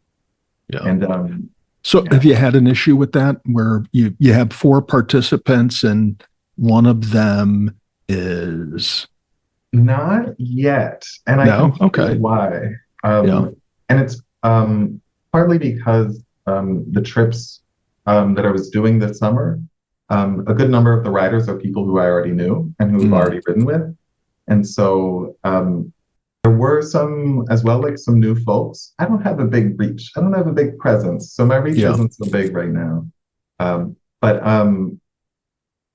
so I do a screening process essentially where it's like, people can sign up on the website and essentially we just have to have like a 10 or 15-minute conversation just so we can talk and understand like, hey, is this trip a good fit for you? Like, should we talk about like another trip? Like maybe 5 days is a lot to start off with. Maybe we should start off with like a weekend overnight trip.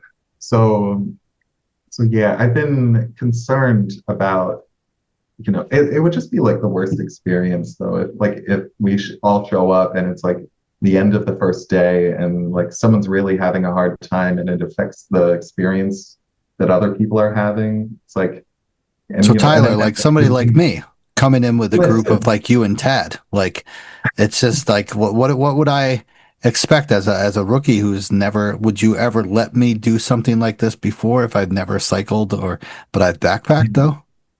Ooh, you're hitting on something really important, which is like you have to be comfortable camping and like hiking and being in the woods and maybe being away from crowds of people. And you might have all that comfort level in the world from hiking. But yeah, you also have to have some of that cycling experience I have no clue about cycling. Yeah.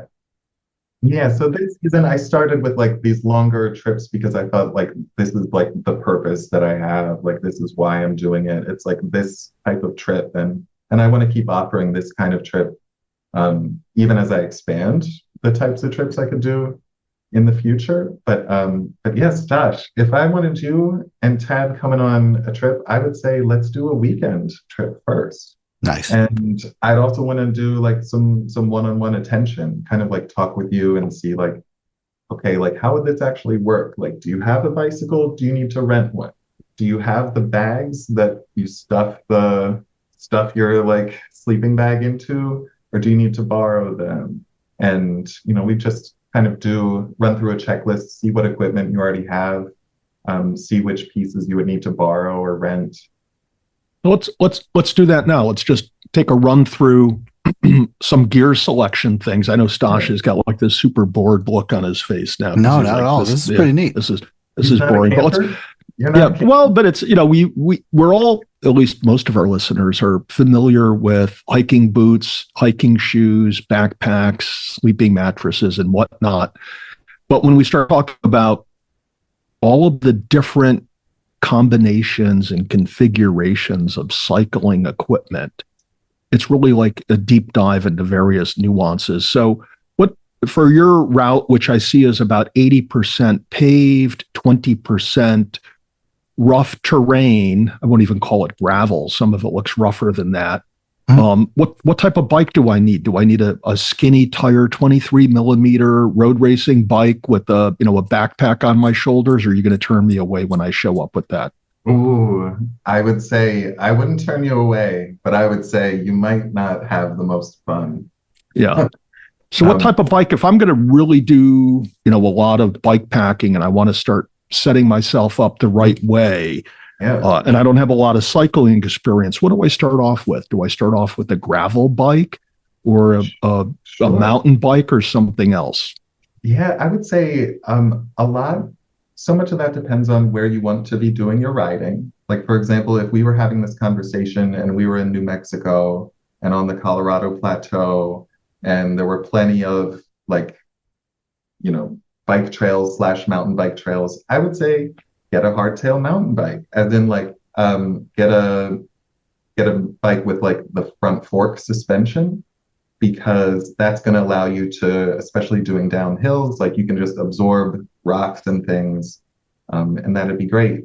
with the area where we are, and given how much New York State loves to pave their back roads, you mentioned this, it's over 80% paved, this route. And that's just a fact of this area.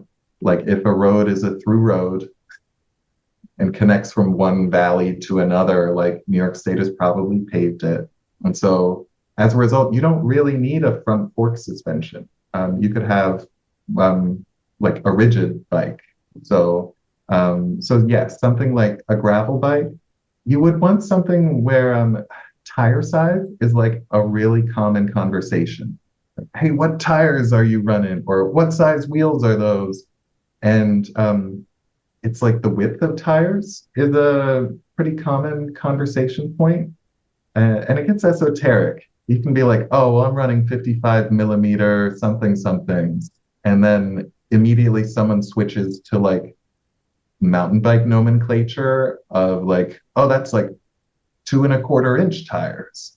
And it's like, we're using these different widths interchangeably, and it's really confusing and can be totally off-putting because it's like, I don't know what I'm riding. Yeah. But what do you recommend for if I was to get into mountain or bike packing in the Catskills, knowing the terrain, the roads, how they're paved or not paved? I hear you're recommending I get a gravel bike.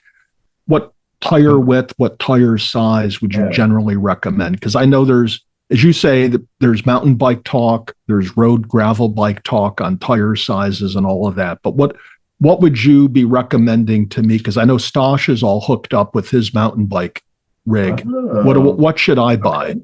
Ooh, yeah. Well, I mean, if Stosh already has his mountain bike, we could totally get some cages and some dry bags and some volet straps. We can totally maybe throw a rear rack on there. We could totally work with that. But Tad, I would say get a steel bike, chromoly steel. That should fit at least 40 millimeter tires. That's kind of, for a long time, gravel bikes were made with that as kind of like a threshold width. Like that's like as wide as you could get for a number of years. But they've started building bikes with like wider chain stays and seat stays so that you can fit wider tires in there. The reason why tire width matters, I should probably say, is because when you're not on the paved roads and when you're on like chunky gravel or 4x4 road, snowmobile trail, the terrain is obviously like pretty rocky, and your wheel is going to get pushed around by those rocks. Like you might be going along the trail and then there'll be tree roots followed by like a little crest of like, quartzite that's harder than all the other rock around. And so you got to just like push over it or dismount and walk over it and get back on and keep riding. And so one of the ways to not have to dismount is to have like some beefier tires. So like 2.6-inch tires is probably as much as you would want for riding like this. And with these chunkier tires, it's like there's more volume of air in them too. And so that provides more cushion to keep you rolling over like, sharp rocks or slippery rocks. It basically helps it be more stable for you. So without all the, the negatives of, since it's so majority paved, there's trade-offs that you have to make where you're like, do I want the gnarliest, knobbiest tires for this? Not necessarily, because it's a lot of smooth pavement miles. Yeah.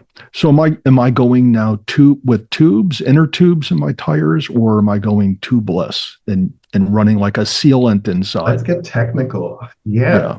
I'm running tubeless. Yeah. I have gone, so there's, I'm sorry, folks. If the last time you rode a bicycle was like the early 2000s, maybe, I just want to let you know there have been advances. Nice. There have been advances in basically ways of preventing you from getting flat tires or ending your day because of flat tires. What they've done now is instead of having inner tubes, you can just pump air, straight up air into the tire and the rim. And the only thing keeping that air in there is like a thin, gooey sealant. And what it does is it's like run flat technology. I don't know if you all remember, like it was a big deal when car tires were like, you can get a puncture and it won't turn flat. This was like 20 years ago. I don't know, but it's the same principle with bicycle tires. If you were to ride over a nail or get a pinch flat, where like the rubber in your tire wall gets creased or punctured, this liquid sealant inside is going to immediately plug that gap and dry pretty quickly, so that you probably won't even notice that you've gotten a puncture. You'll just go out riding, and at the end of the day, be looking at your wheel and say like, "Oh my God, there's a little sealant poking out here. I must have had a flat."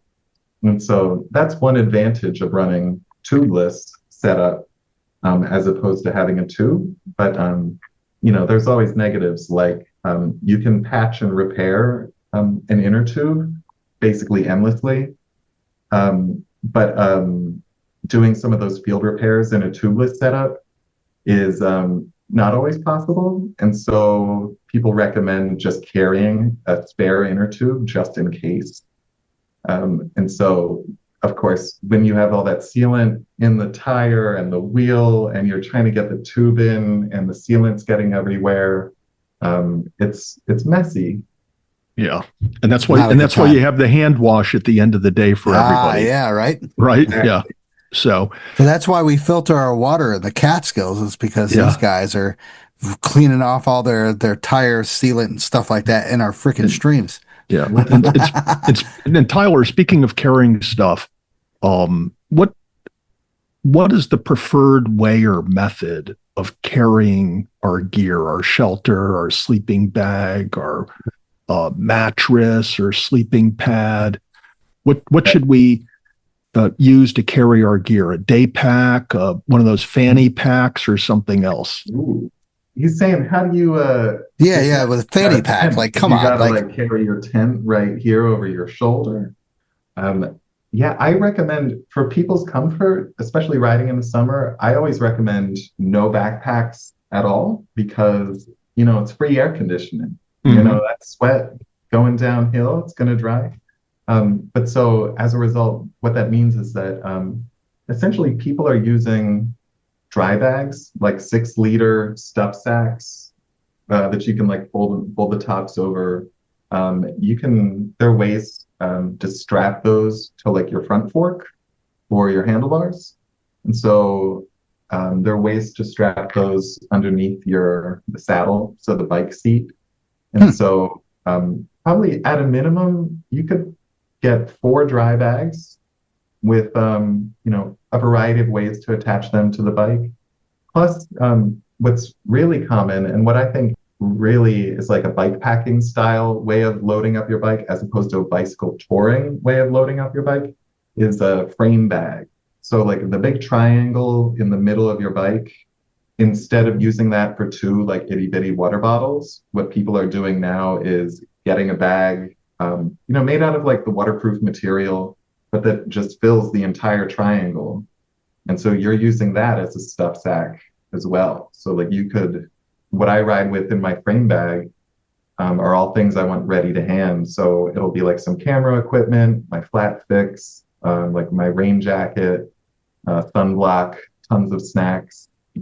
And so, I just have like a big pocket in the middle of the bike. So you don't like carry any like backpack on your bike when you're riding this? Wow. No.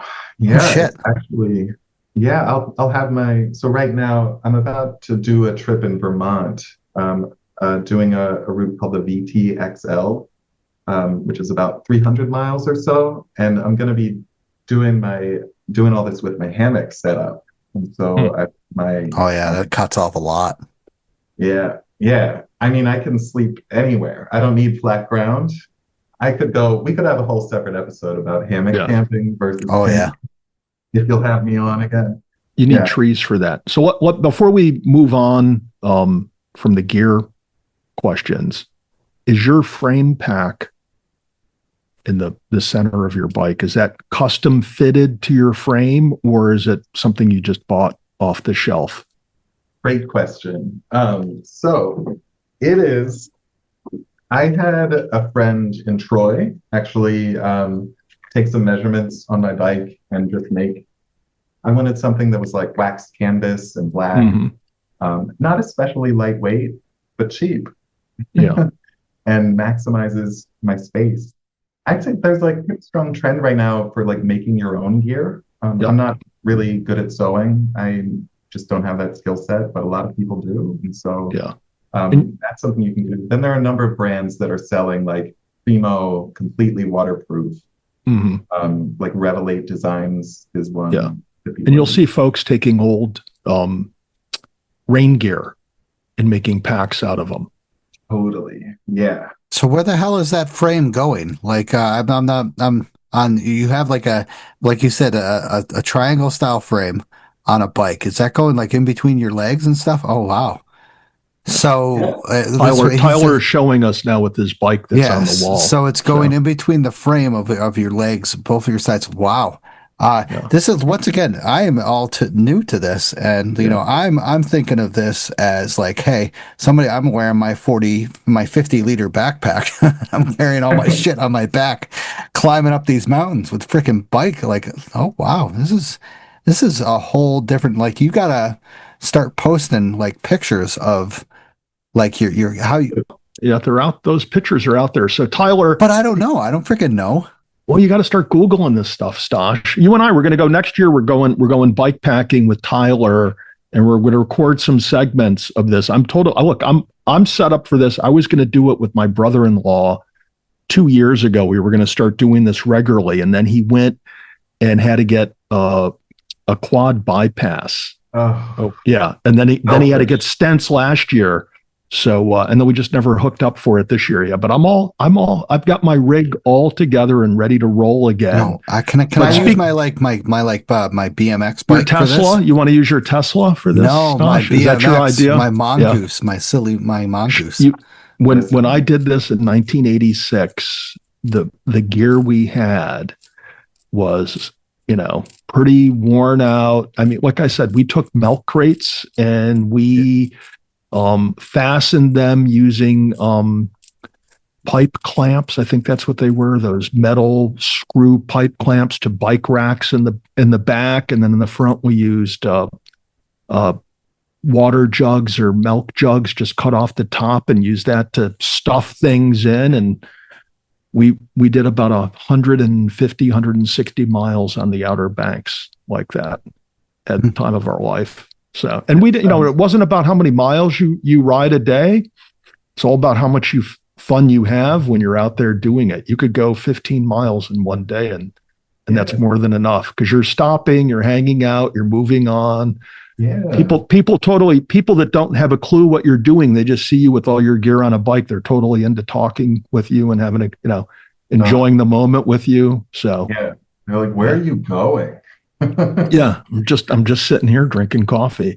So how much does Stosh have to spend to get a decent setup? I mean, he's not going to go high end. He's not doing electronic shifting and titanium and custom this, custom that. He's going with a basic steel frame and, nothing carbon. What does he got to lay out?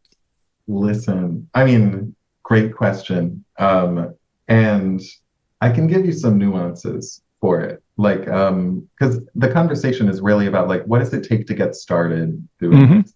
And I would say that if you already had the bike that works okay enough for this, you'd probably be spending a couple $100 on weight, on like the cages or brackets that you use to fasten the bags to the bike.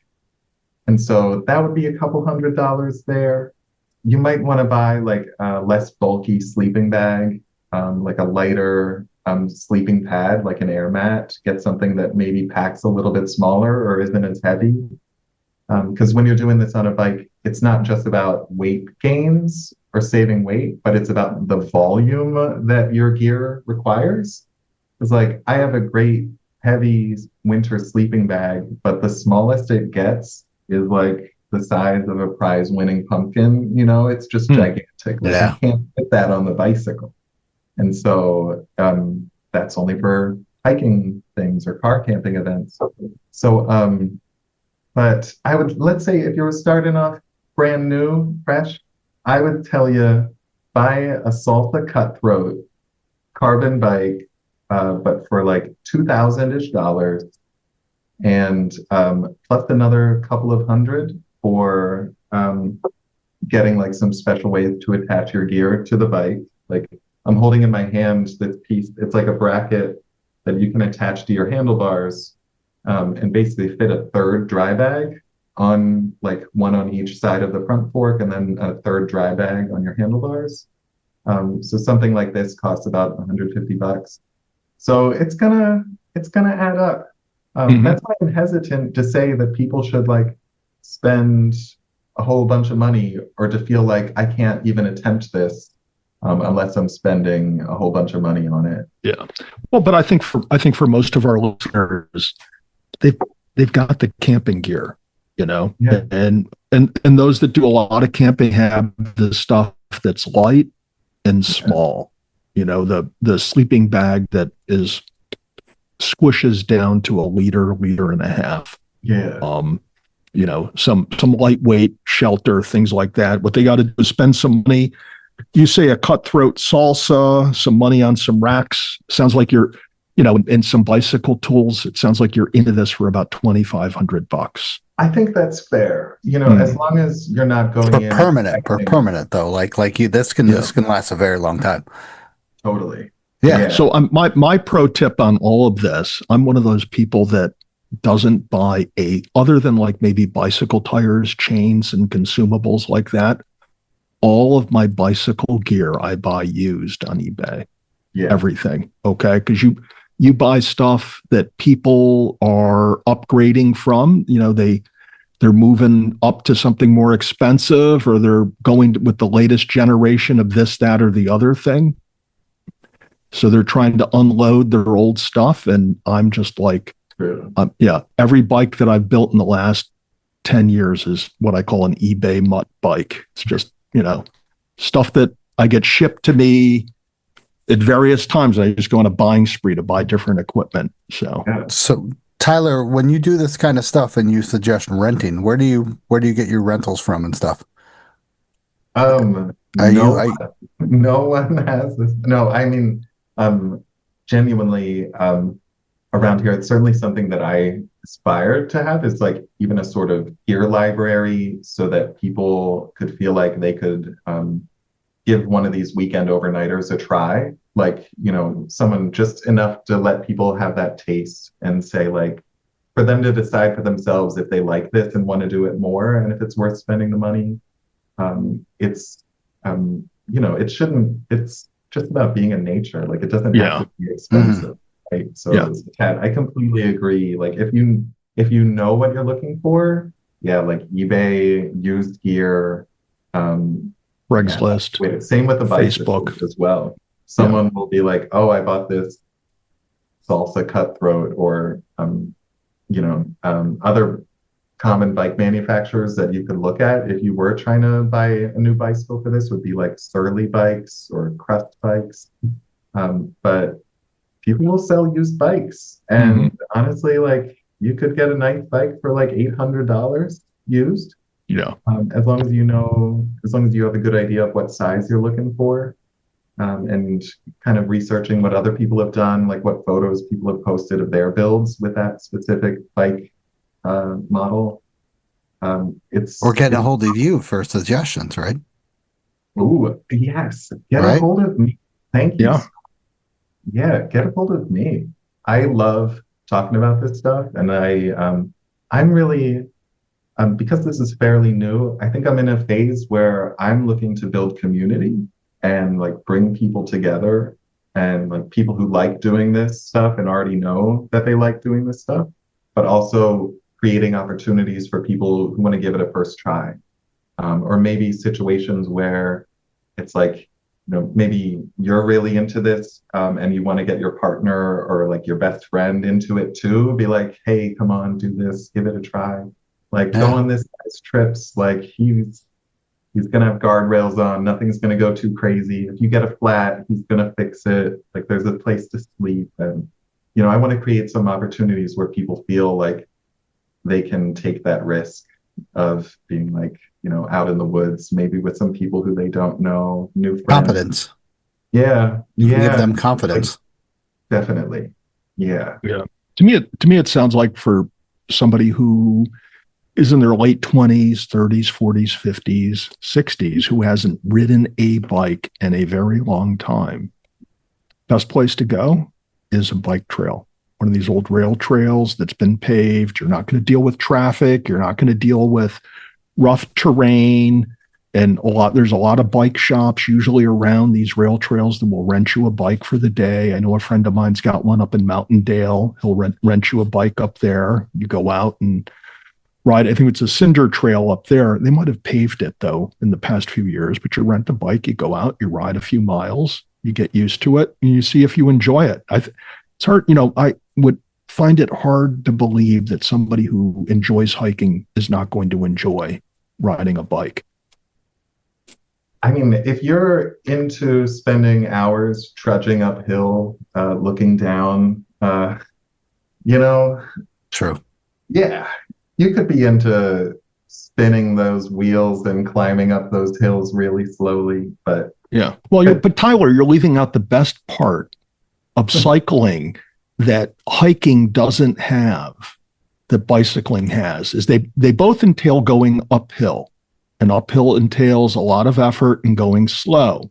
And with hiking, once you reach the summit and you go downhill, you're still going slow. And for a lot of us, it's painful. It's hard on your knees and we're sore and it hurts. But when you're on a bicycle, you get to coast downhill and you can go really fast and it's fun. Maybe take your feet off the pedals and stick them out to the sides like you're a little kid. Take your hands off the handlebar. Close your eyes, put your faith, and just fly down the hill. Yeah. And then you crash into a guy driving a Tesla going uphill. Terrible. Yeah. Those drivers. Terrible. Yeah, close your eyes. Just let your imagination take over. Yeah. But right, the downhill, it's so refreshing. It's so refreshing.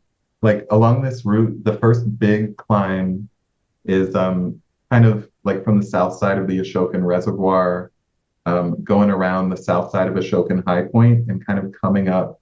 There's a road called Trails End Road that turns into, I think it's called like Flat Mountain and Popal Hill, but it turns into snowmobile trails. And so from there, it's right near Vernoy Kill Falls.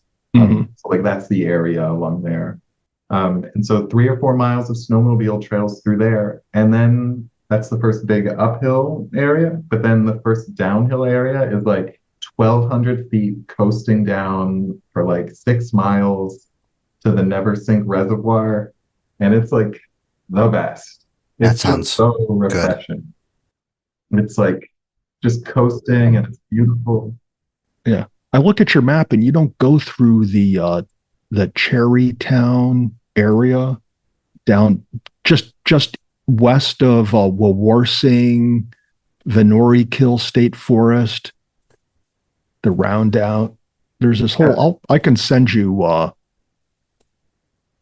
some roads that are over Lundy there. Road and Yes. Yeah. Lundy Road. Yeah. You go up Lundy Road and then you turn on Rogue Harbor Road.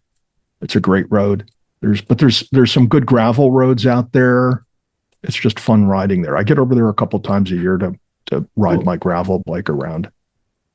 Pat, it sounds like we have to go riding together. Yeah, I tend to do a lot of cycling. We're gonna go riding. I got my gear. We're gonna go out. We're gonna do this. I was supposed to do, like I said, the Erie Canal ride with my brother-in-law, and then he's had these heart problems that laid him up. So, and he's actually younger than me. Yeah. So I had it all planned out. We're going to take the Amtrak out to Buffalo, unload the bikes. It's perfect. Shed out. So, yeah. You could still do that. Probably. I'm going to be your new business partner. And the first thing we're going to do, Tyler, is we're going to get a podcast. You and we're going to have a podcast. It's going to be the best podcast ever in the region. And call it Outside the Line, Catskill Mountain Bike Packing. Pulling outside the line. We won't have to. The good thing is we won't have to hear about naked hikers anymore. Naked riding. It's a new thing. Gives road rash a whole new meaning. Hey. So now you chatted about earlier about like pre-screening stuff like that. Of course, that this route isn't really for like anyone and everyone. You're not going to let rookies on there. It's like someone wouldn't let rookie on a like doing a presidential range in a day and stuff like that. So you screen, you kind of like test people, see what they have and stuff like that before they come on this route.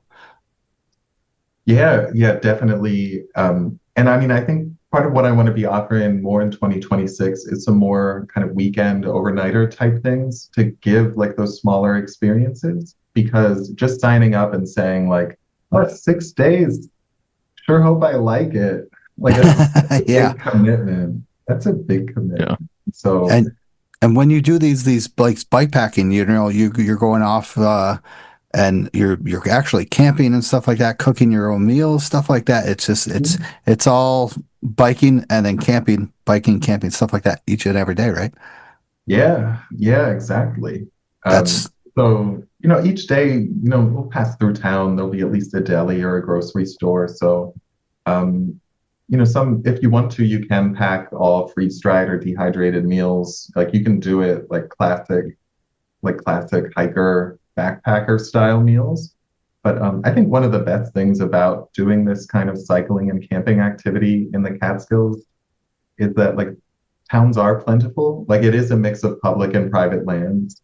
You will come through many towns, and that makes the food planning just so much easier. Like you really don't have to think too much about resupplying. It's not like you need to like mail a package to the Catskill Recreation Center. You're like, I'm gonna be here on Thursday.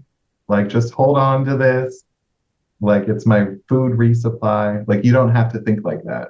Like, you can hit grocery stores like every other day.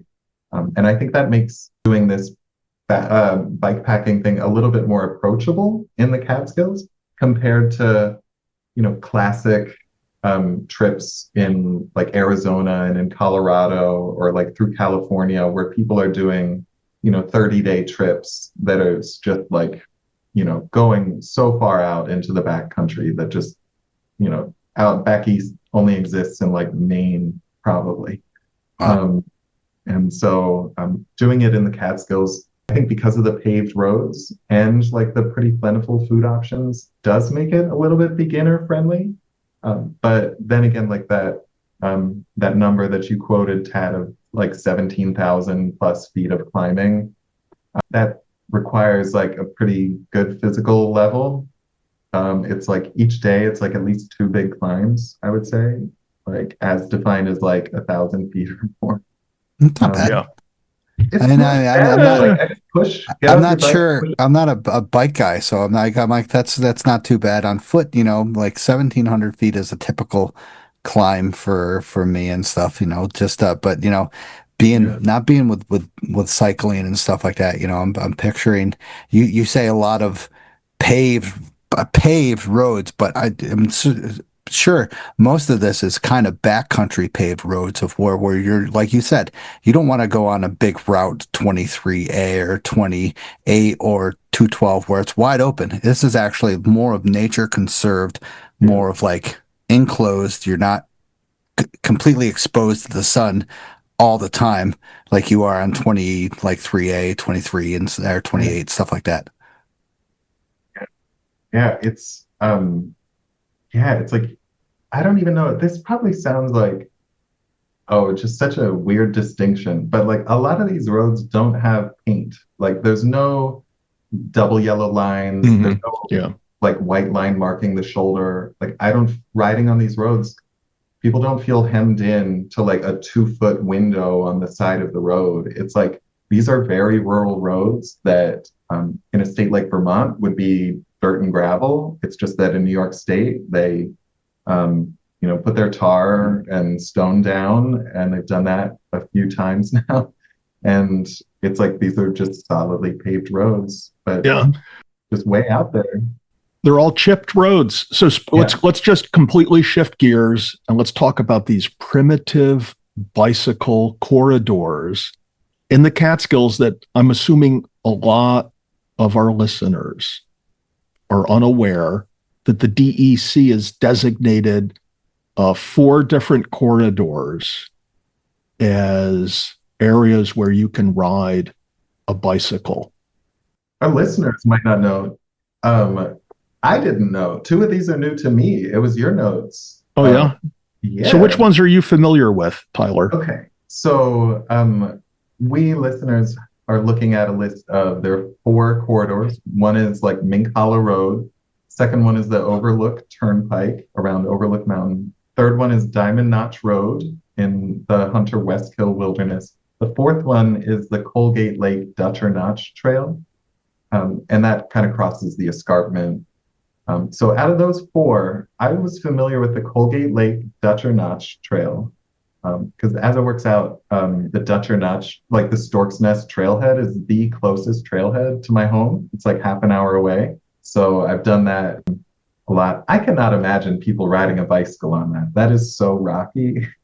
Riding up Dutcher Notch, up the escarpment, right? How? Yeah. Well, you're like pro material if you can do that. Okay, you're ready to go to Leadville and do the Leadville 100. Exactly. I'm not like that. That's cool. People are, and I'm not, and I feel a little insecure, but I can own it. Like I can't handle that. I'd be walking. It's hard not walking. But yes, bicycle corridor, as in like it's a foot trail, but also bicycles are permitted on it without it being a snowmobile trail, which is the secret for a lot of these trails in my route is like in the winter, a snowmobile trail. In the non-winter months, the snowmobile trails are like bicycles permitted, but it's cool. So yeah, Colgate Lake Dutcher Notch, and then I was familiar with that Overlook Trail going up past Echo Lake and down to Prediger Road. But the other 2, Mink Hollow Road and Diamond Notch Road, new to me. Yeah. So would you ever ride or have you ridden a bike on the Overlook Turnpike?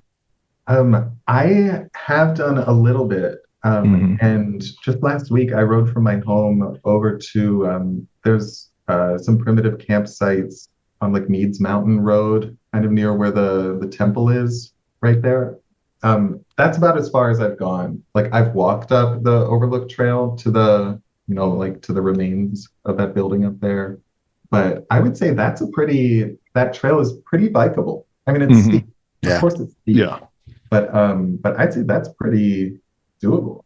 Yeah. I don't really see many people riding envision. I've never seen a cyclist on any one of these corridors. Correct. Okay. Yeah. The only one that I would ride, because I would think it would be easy enough to ride, but I'd have fat tires, aired down, to smooth it out and give you the traction, would be the Diamond Notch Road. I could see that. And I could envision myself doing a bike and hike and doing the bike section along that. That would seem to be fun to go up and over Southwest Hunter hiking and then bike on the Diamond Notch Road. But Mink Hollow heading south towards Woodstock, I can't see that as a somebody cycling that. Last time I went down that on foot, it was just all rutted out. It's all shale. It's like shale. Yeah. So it's all Catskill, sandstone, right? Yeah. But it's just all rutted out. There's no erosion or drainage control on it. So you just have like a small water channel that zigzags down the road. It's rough. Yeah. Can I ask, do you know, like, who is the driving force behind establishing these like bicycle corridors? I have a suggestion for one. I'd love Good question. Yeah, the people that are the driving force behind these are the people that true your wheels. Perfect. Yeah, exactly. Yeah. So which one would you want to make a bicycle corridor, Tyler? Oh gosh. I mean, I'd hate to, just shout it out. Offend someone's sensibilities with this. I should say again, all these trails that we're talking about, we're not talking about going to the high peaks. We're not sending people on bicycles up to 3,500 feet and higher. Like this route that I have, the highest elevation point is about 2,800 feet, and that's on South Fly Mountain and on Huntersfield Mountain. Huntersfield Mountain, not known in the hiking community because it's nice. kind of crummy, but it's great up there, and you can camp. But I would say if I was going to add anything, there's a little trail that connects from Hardenberg Road down to Black Bear Road. It kind of goes near Vasily Road, near Mongut Pond. So there's a path. Interesting. It's like, does that go through private land, that road? Maybe a little bit. Yeah. Does it goes out by Bullet Hole? I think so. Yes. Yeah. Yeah. But there are a couple of lean-tos along that trail. It's the Never Sink Hardenberg Trail. Yep. Oh yeah. And it's part of the Finger Lakes Trail in that segment as well. But in terms of paths through the mountains, like there's like Mongut Pond snowmobile trails, which are unmaintained and brutal and steep. And then you could just like take this one other path that's like, 3 miles of currently foot trail, but it's pretty flat. Yeah. It's completely overgrown. I have a video of like one of the lean-tos there, and the weeds are like, the invasives are like as tall as I am, like eye level. So no one is out there. I don't think hikers would be upset if we sent a couple of leave no trace campers on bikes through there. But yeah, I don't know who I can advocate. So Tyler, with your organization, your business, how do we go about like booking these tours with you? For sure. So I have a website. I'm at lichenbiketours.com. And so for the 2025 season, I pretty much completed the events that I planned. I'm showing up at other people's events through October, but no more Lichen Bike Tours events this year, I don't think. But I'm going to be putting out my calendar for 2026 probably in October. And so I'm planning to have about 4 weekend overnighter trips and then doing 2 6-day trips. So like 2 big tours, I would say, through the Catskills.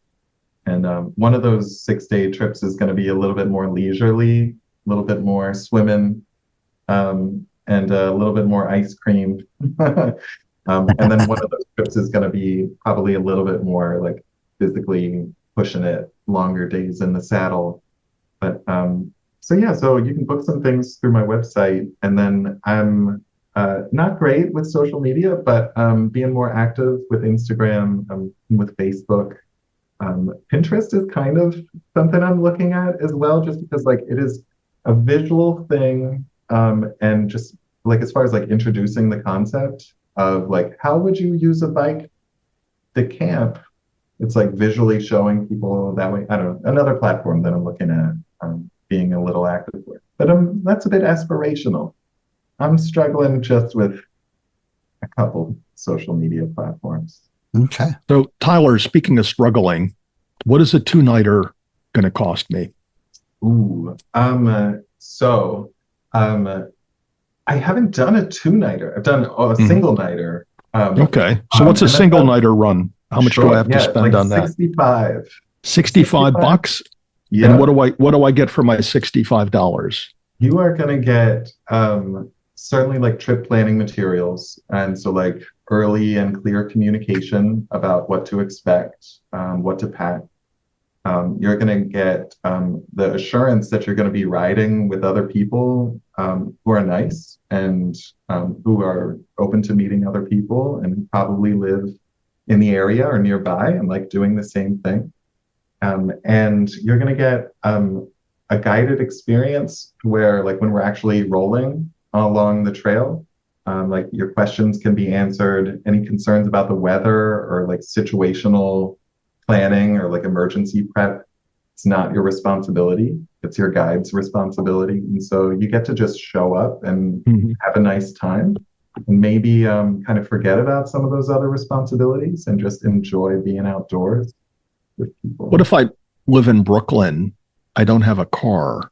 Yeah. What do I do? Take Amtrak up to Poughkeepsie? I mean, what arrangements Yeah. need to be made to get me to the Catskills or the starting point? Definitely. Yeah. So I'm actually based in Hudson, New York, and I think it's a great town for starting some of these trips because in 15 miles, you're at the base of the Catskill Front, like you're in Palinville. And so, yeah, it's like less than half a day of riding. So you can take the Amtrak to Hudson and get off there. But as well, if you were looking at doing some of these trips on your own, like I'm publishing this route, I'm putting it out there for people who already know they like to do this sort of stuff. And I want people to know that they can come to this area and do this activity. You don't have to go to Colorado to have an adventure like this. Like you can do this in the Catskills. And so yeah, taking the trip to Poughkeepsie is a great plan. I'm adding some more. So I've made this 200-mile loop, right? But I'm adding some access trails so that essentially I have routes from Hudson there and back. And then I'm going to add some routes from Poughkeepsie there and like basically up to Vernoy Kill Falls area and Cherrytown Road. And that's where you can intersect with the trail there. And I also want to basically like, a couple of trailheads, like, cities like Delhi and Margaretville, like starting out there. I don't know if you all know about any like taxis who would work with trips like this? Like, are there any taxi services that do like hiker drop off pickup services that could do bikes? Not really in the Catskills. Yeah. My only idea would be, Uber, getting Yeah. an But Uber that's from the at city, train. though. No, you'd take the train up to Poughkeepsie or Hudson, Beacon, great train service, really all the way to Albany. There's more Yeah. downstate than upstate, but still you get Amtrak to Albany, you get Amtrak to Hudson, Poughkeepsie. So you can get out of the city on your bike, and then I don't know, Tyler probably knows, but you get to Poughkeepsie, you just take the Mid-Hudson Bridge over the Hudson, and then you're on the Empire Trail. You can ride up to the Canadian border, or you can ride over to Niagara Falls from there. True. Yeah. Yeah. And then the O&W, like the Walkill Rail Trail. Yeah, from there, I mean, to bring it full circle, you'll be around Wawarsing, dodging venomous snakes. Yeah. And Just bring a rabbit with you. Yeah. you'll be fine. You'll be fine. Yeah. But yeah, so for some of these trips, for people signing up, it depends on the trip. Some of the trips I want to be like public transportation accessible because there are people coming up from Brooklyn or from Boston or Philly and like they don't own a car. They want to wheel their bicycle onto the train and wheel it right off and start pedaling. But I think other times it could be really beneficial to say, okay, how many of you are driving? Okay, if you're driving, meet us here. If you're taking the train, meet us here, and we'll factor in like van transportation. And that would just be like factored into certain people's costs. Yeah. I'm seeing a van in Tyler's future. Yeah. Hey, yeah. Does anyone have a van? Yeah. Sprinter van. Yeah. Well, so Tad, you had this last question. Once again, this is like your episode. I should have just had you take this over. Oh. This is not my stuff, but you guys know what you're talking about. But I know Lance Armstrong, but I have no who the hell Bob Roll is. So you go ahead and ask Roll. the question. Yeah. All right. So Tyler, why don't you tell Stosh who Bob Roll is? I can only tell maybe like the Wikipedia Cliffs Notes summary, but Bob Roll, I know he does like TV commentary for some of the big bike races that happen in Europe. But he was a competitive cyclist, one of like the earliest Americans who was competing on like the Giro and the Vuelta and then the Tour de France. But I think he was around the time that Greg LeMond was, but this is like mid 80s into like the early 90s probably that he was coming up. Freelance. Yeah, he also rode with Tyler Finney when Tyler Finney won the Giro Italian ride. But Bob Roll now is famous for his TV color commentary for the Grand Tours in Europe. He's also known in the cycling community as this gonzo cyclist who his training regimen probably consisted of more partying than riding on a bike. But yet Nice. he was able to go out and ride, with the big boys in the Tour. Never at a super competitive level, but I think maybe they just brought him along for entertainment. So our next to last question is Lance Armstrong, who everyone knows. Mhm. Tyler, is Lance a villain, a hero, or both? Ooh, I'm gonna go full on emotional response here and say pure villain, because anyone who's manipulating his teammates into doing his own dirty work like that, it's like, you're not a good person, man. Like, you just want the attention.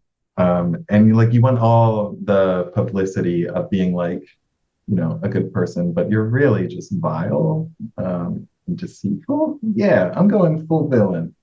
That's my thoughts, my initial thoughts. I'm sure we could get some nuances in here. Yeah. I don't know what I know Lance Armstrong is the guy who has aerodynamics against everybody else because he only has one testicle. So The John Kruk approach. from baseball, John Kruk? Nice. Whoa, yeah. Oh, I mean, I grew up in Pennsylvania, and I was a Phillies, 93 Phillies. He was a beast, Dalton and stuff. Oh my God. Let's we're gonna get a whole other podcast about this. Competing. So Tad, what about you? What is your Lance Armstrong, hero or villain? Oh boy, you want to talk about another episode? I could go on. I don't want you to go Lance. off 25 minutes on this. No. Oh, look, he motivated a lot of people. He motivated a lot of people in really good ways. And, he left his mark on cycling. True. It wasn't as positive of a mark as people think it was. And then people that know about his demise and what was involved in that, he was really, really just a bad person. Mm-hmm. Probably the only way to say it, but that's what he did to win. When he did win, he won a lot, and the winning that he did do was remarkable. 7 times in a row. I mean, that's phenomenal. But he just lied, cheated, bullied, manipulated, connived. Whatever you want to say. Good. So that screws out the 7 wins in a row right there to me. Yeah. So he lost him. He was stripped of all of them. And, good. So, I just remember Robin. Yeah, and then he overshadowed. He overshadows a guy like Greg LeMond. Greg LeMond, he was a phenomenal athlete. His numbers were actually better than Lance Armstrong's without the doping.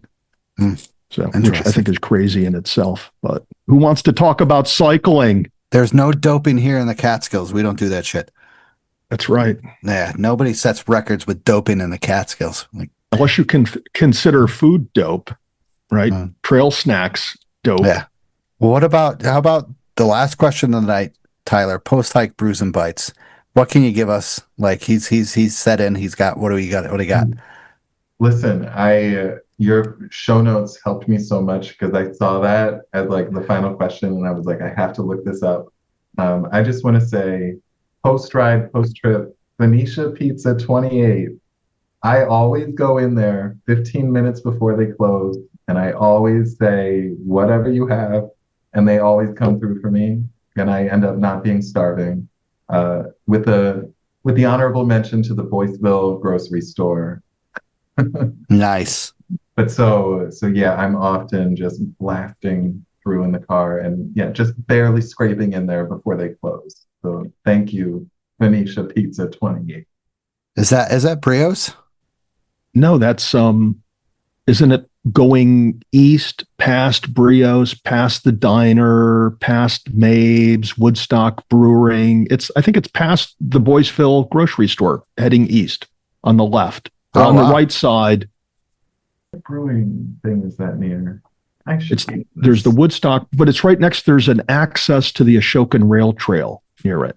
Oh, okay. I hear what you're saying. Yeah. I've never Okay. gotten the pizza there, but I do know people that talk about going there after their hike. Okay. That's a new one. Thanks, Todd. It comes through when really hungry. Big fan. What pizza doesn't come through when really hungry? I was gonna say, yeah. I know. I'm sorry. I should have said brios. Are they like a? You're good. You're good. The pizza, the Phoenicia pizza 28 is new, so that's good. That's good. Well, thank you. Sometimes Brios is a little intimidating. You pull up and it's like there's like nothing but Harleys parked out front and all these like biker dudes. And you're going to walk in as a hiker. You feel like they're going to call you out as a tree hugger and strap you to their Harley and ride down 28, giving you a thrill ride or something. Yeah. Quartered. Yeah. So awesome. Well, thank you, Tyler, for joining us tonight. I greatly appreciate it. I hope you had a good time. I had a great time learning from you and Tad about cycling, bike packing, stuff like that. Some stuff that I just had no clue about. And, maybe sometime I'll ask for a tour with you and Tad, and I'll be completely embarrassed by you guys being like a mile ahead of me and be like, where the hell is your stuff? And then I'll be just gone. Yeah. You'll be gone. Or alternately, if we do a day ride and you're on your mountain bike and you're just blasting down hills, I'm going to be on my little rigid steel bike being like, oh, I can't make it. I have to walk. I'll have the metal at least playing in my head, the metal bands, and I'll just be like, and you guys will just be listening to the Grateful Dead or something like that. And I'll just be like blind ahead of you. So I'm glad you came on. We learned a lot. And hopefully, we'll have you back in a little time or so to where you've gotten into this and we can get some more stories from you. Thank you. Yeah. Thank you both so much for having me. It's such a pleasure to talk about this very niche activity. But I think the Catskills is tremendous for doing this sort of activity, and it's okay that the roads aren't all gravel. It's still bike packing if you're camping in the woods and just going up and over every mountain ridgeline. Yeah, I mean, some of the roads out there are, even though they're paved, they're just perfect for, correct. Getting away from the insanity of New York City and out to the solitude of the Catskills to ride your bike and eat correct dehydrated food in the woods. Sounds fantastic. Divine. Yeah. All right. So have a good night, Tyler. Yeah. Have a good night. Thank you for joining us. I want to give a big shout out to the monthly supporters, monthly sponsors. Greatly appreciate it. I greatly appreciate everyone who's still listening to the show. Definitely. Awesome. 186 episodes in, Tyler's joining us talking about bike tours in the Catskills and definitely learned a lot. So everybody have a good night and hope to see you in the future, Tyler. Sounds good. Thanks, Josh. Thanks, Tad. Talk to you guys soon. Yeah, yep. Thank you.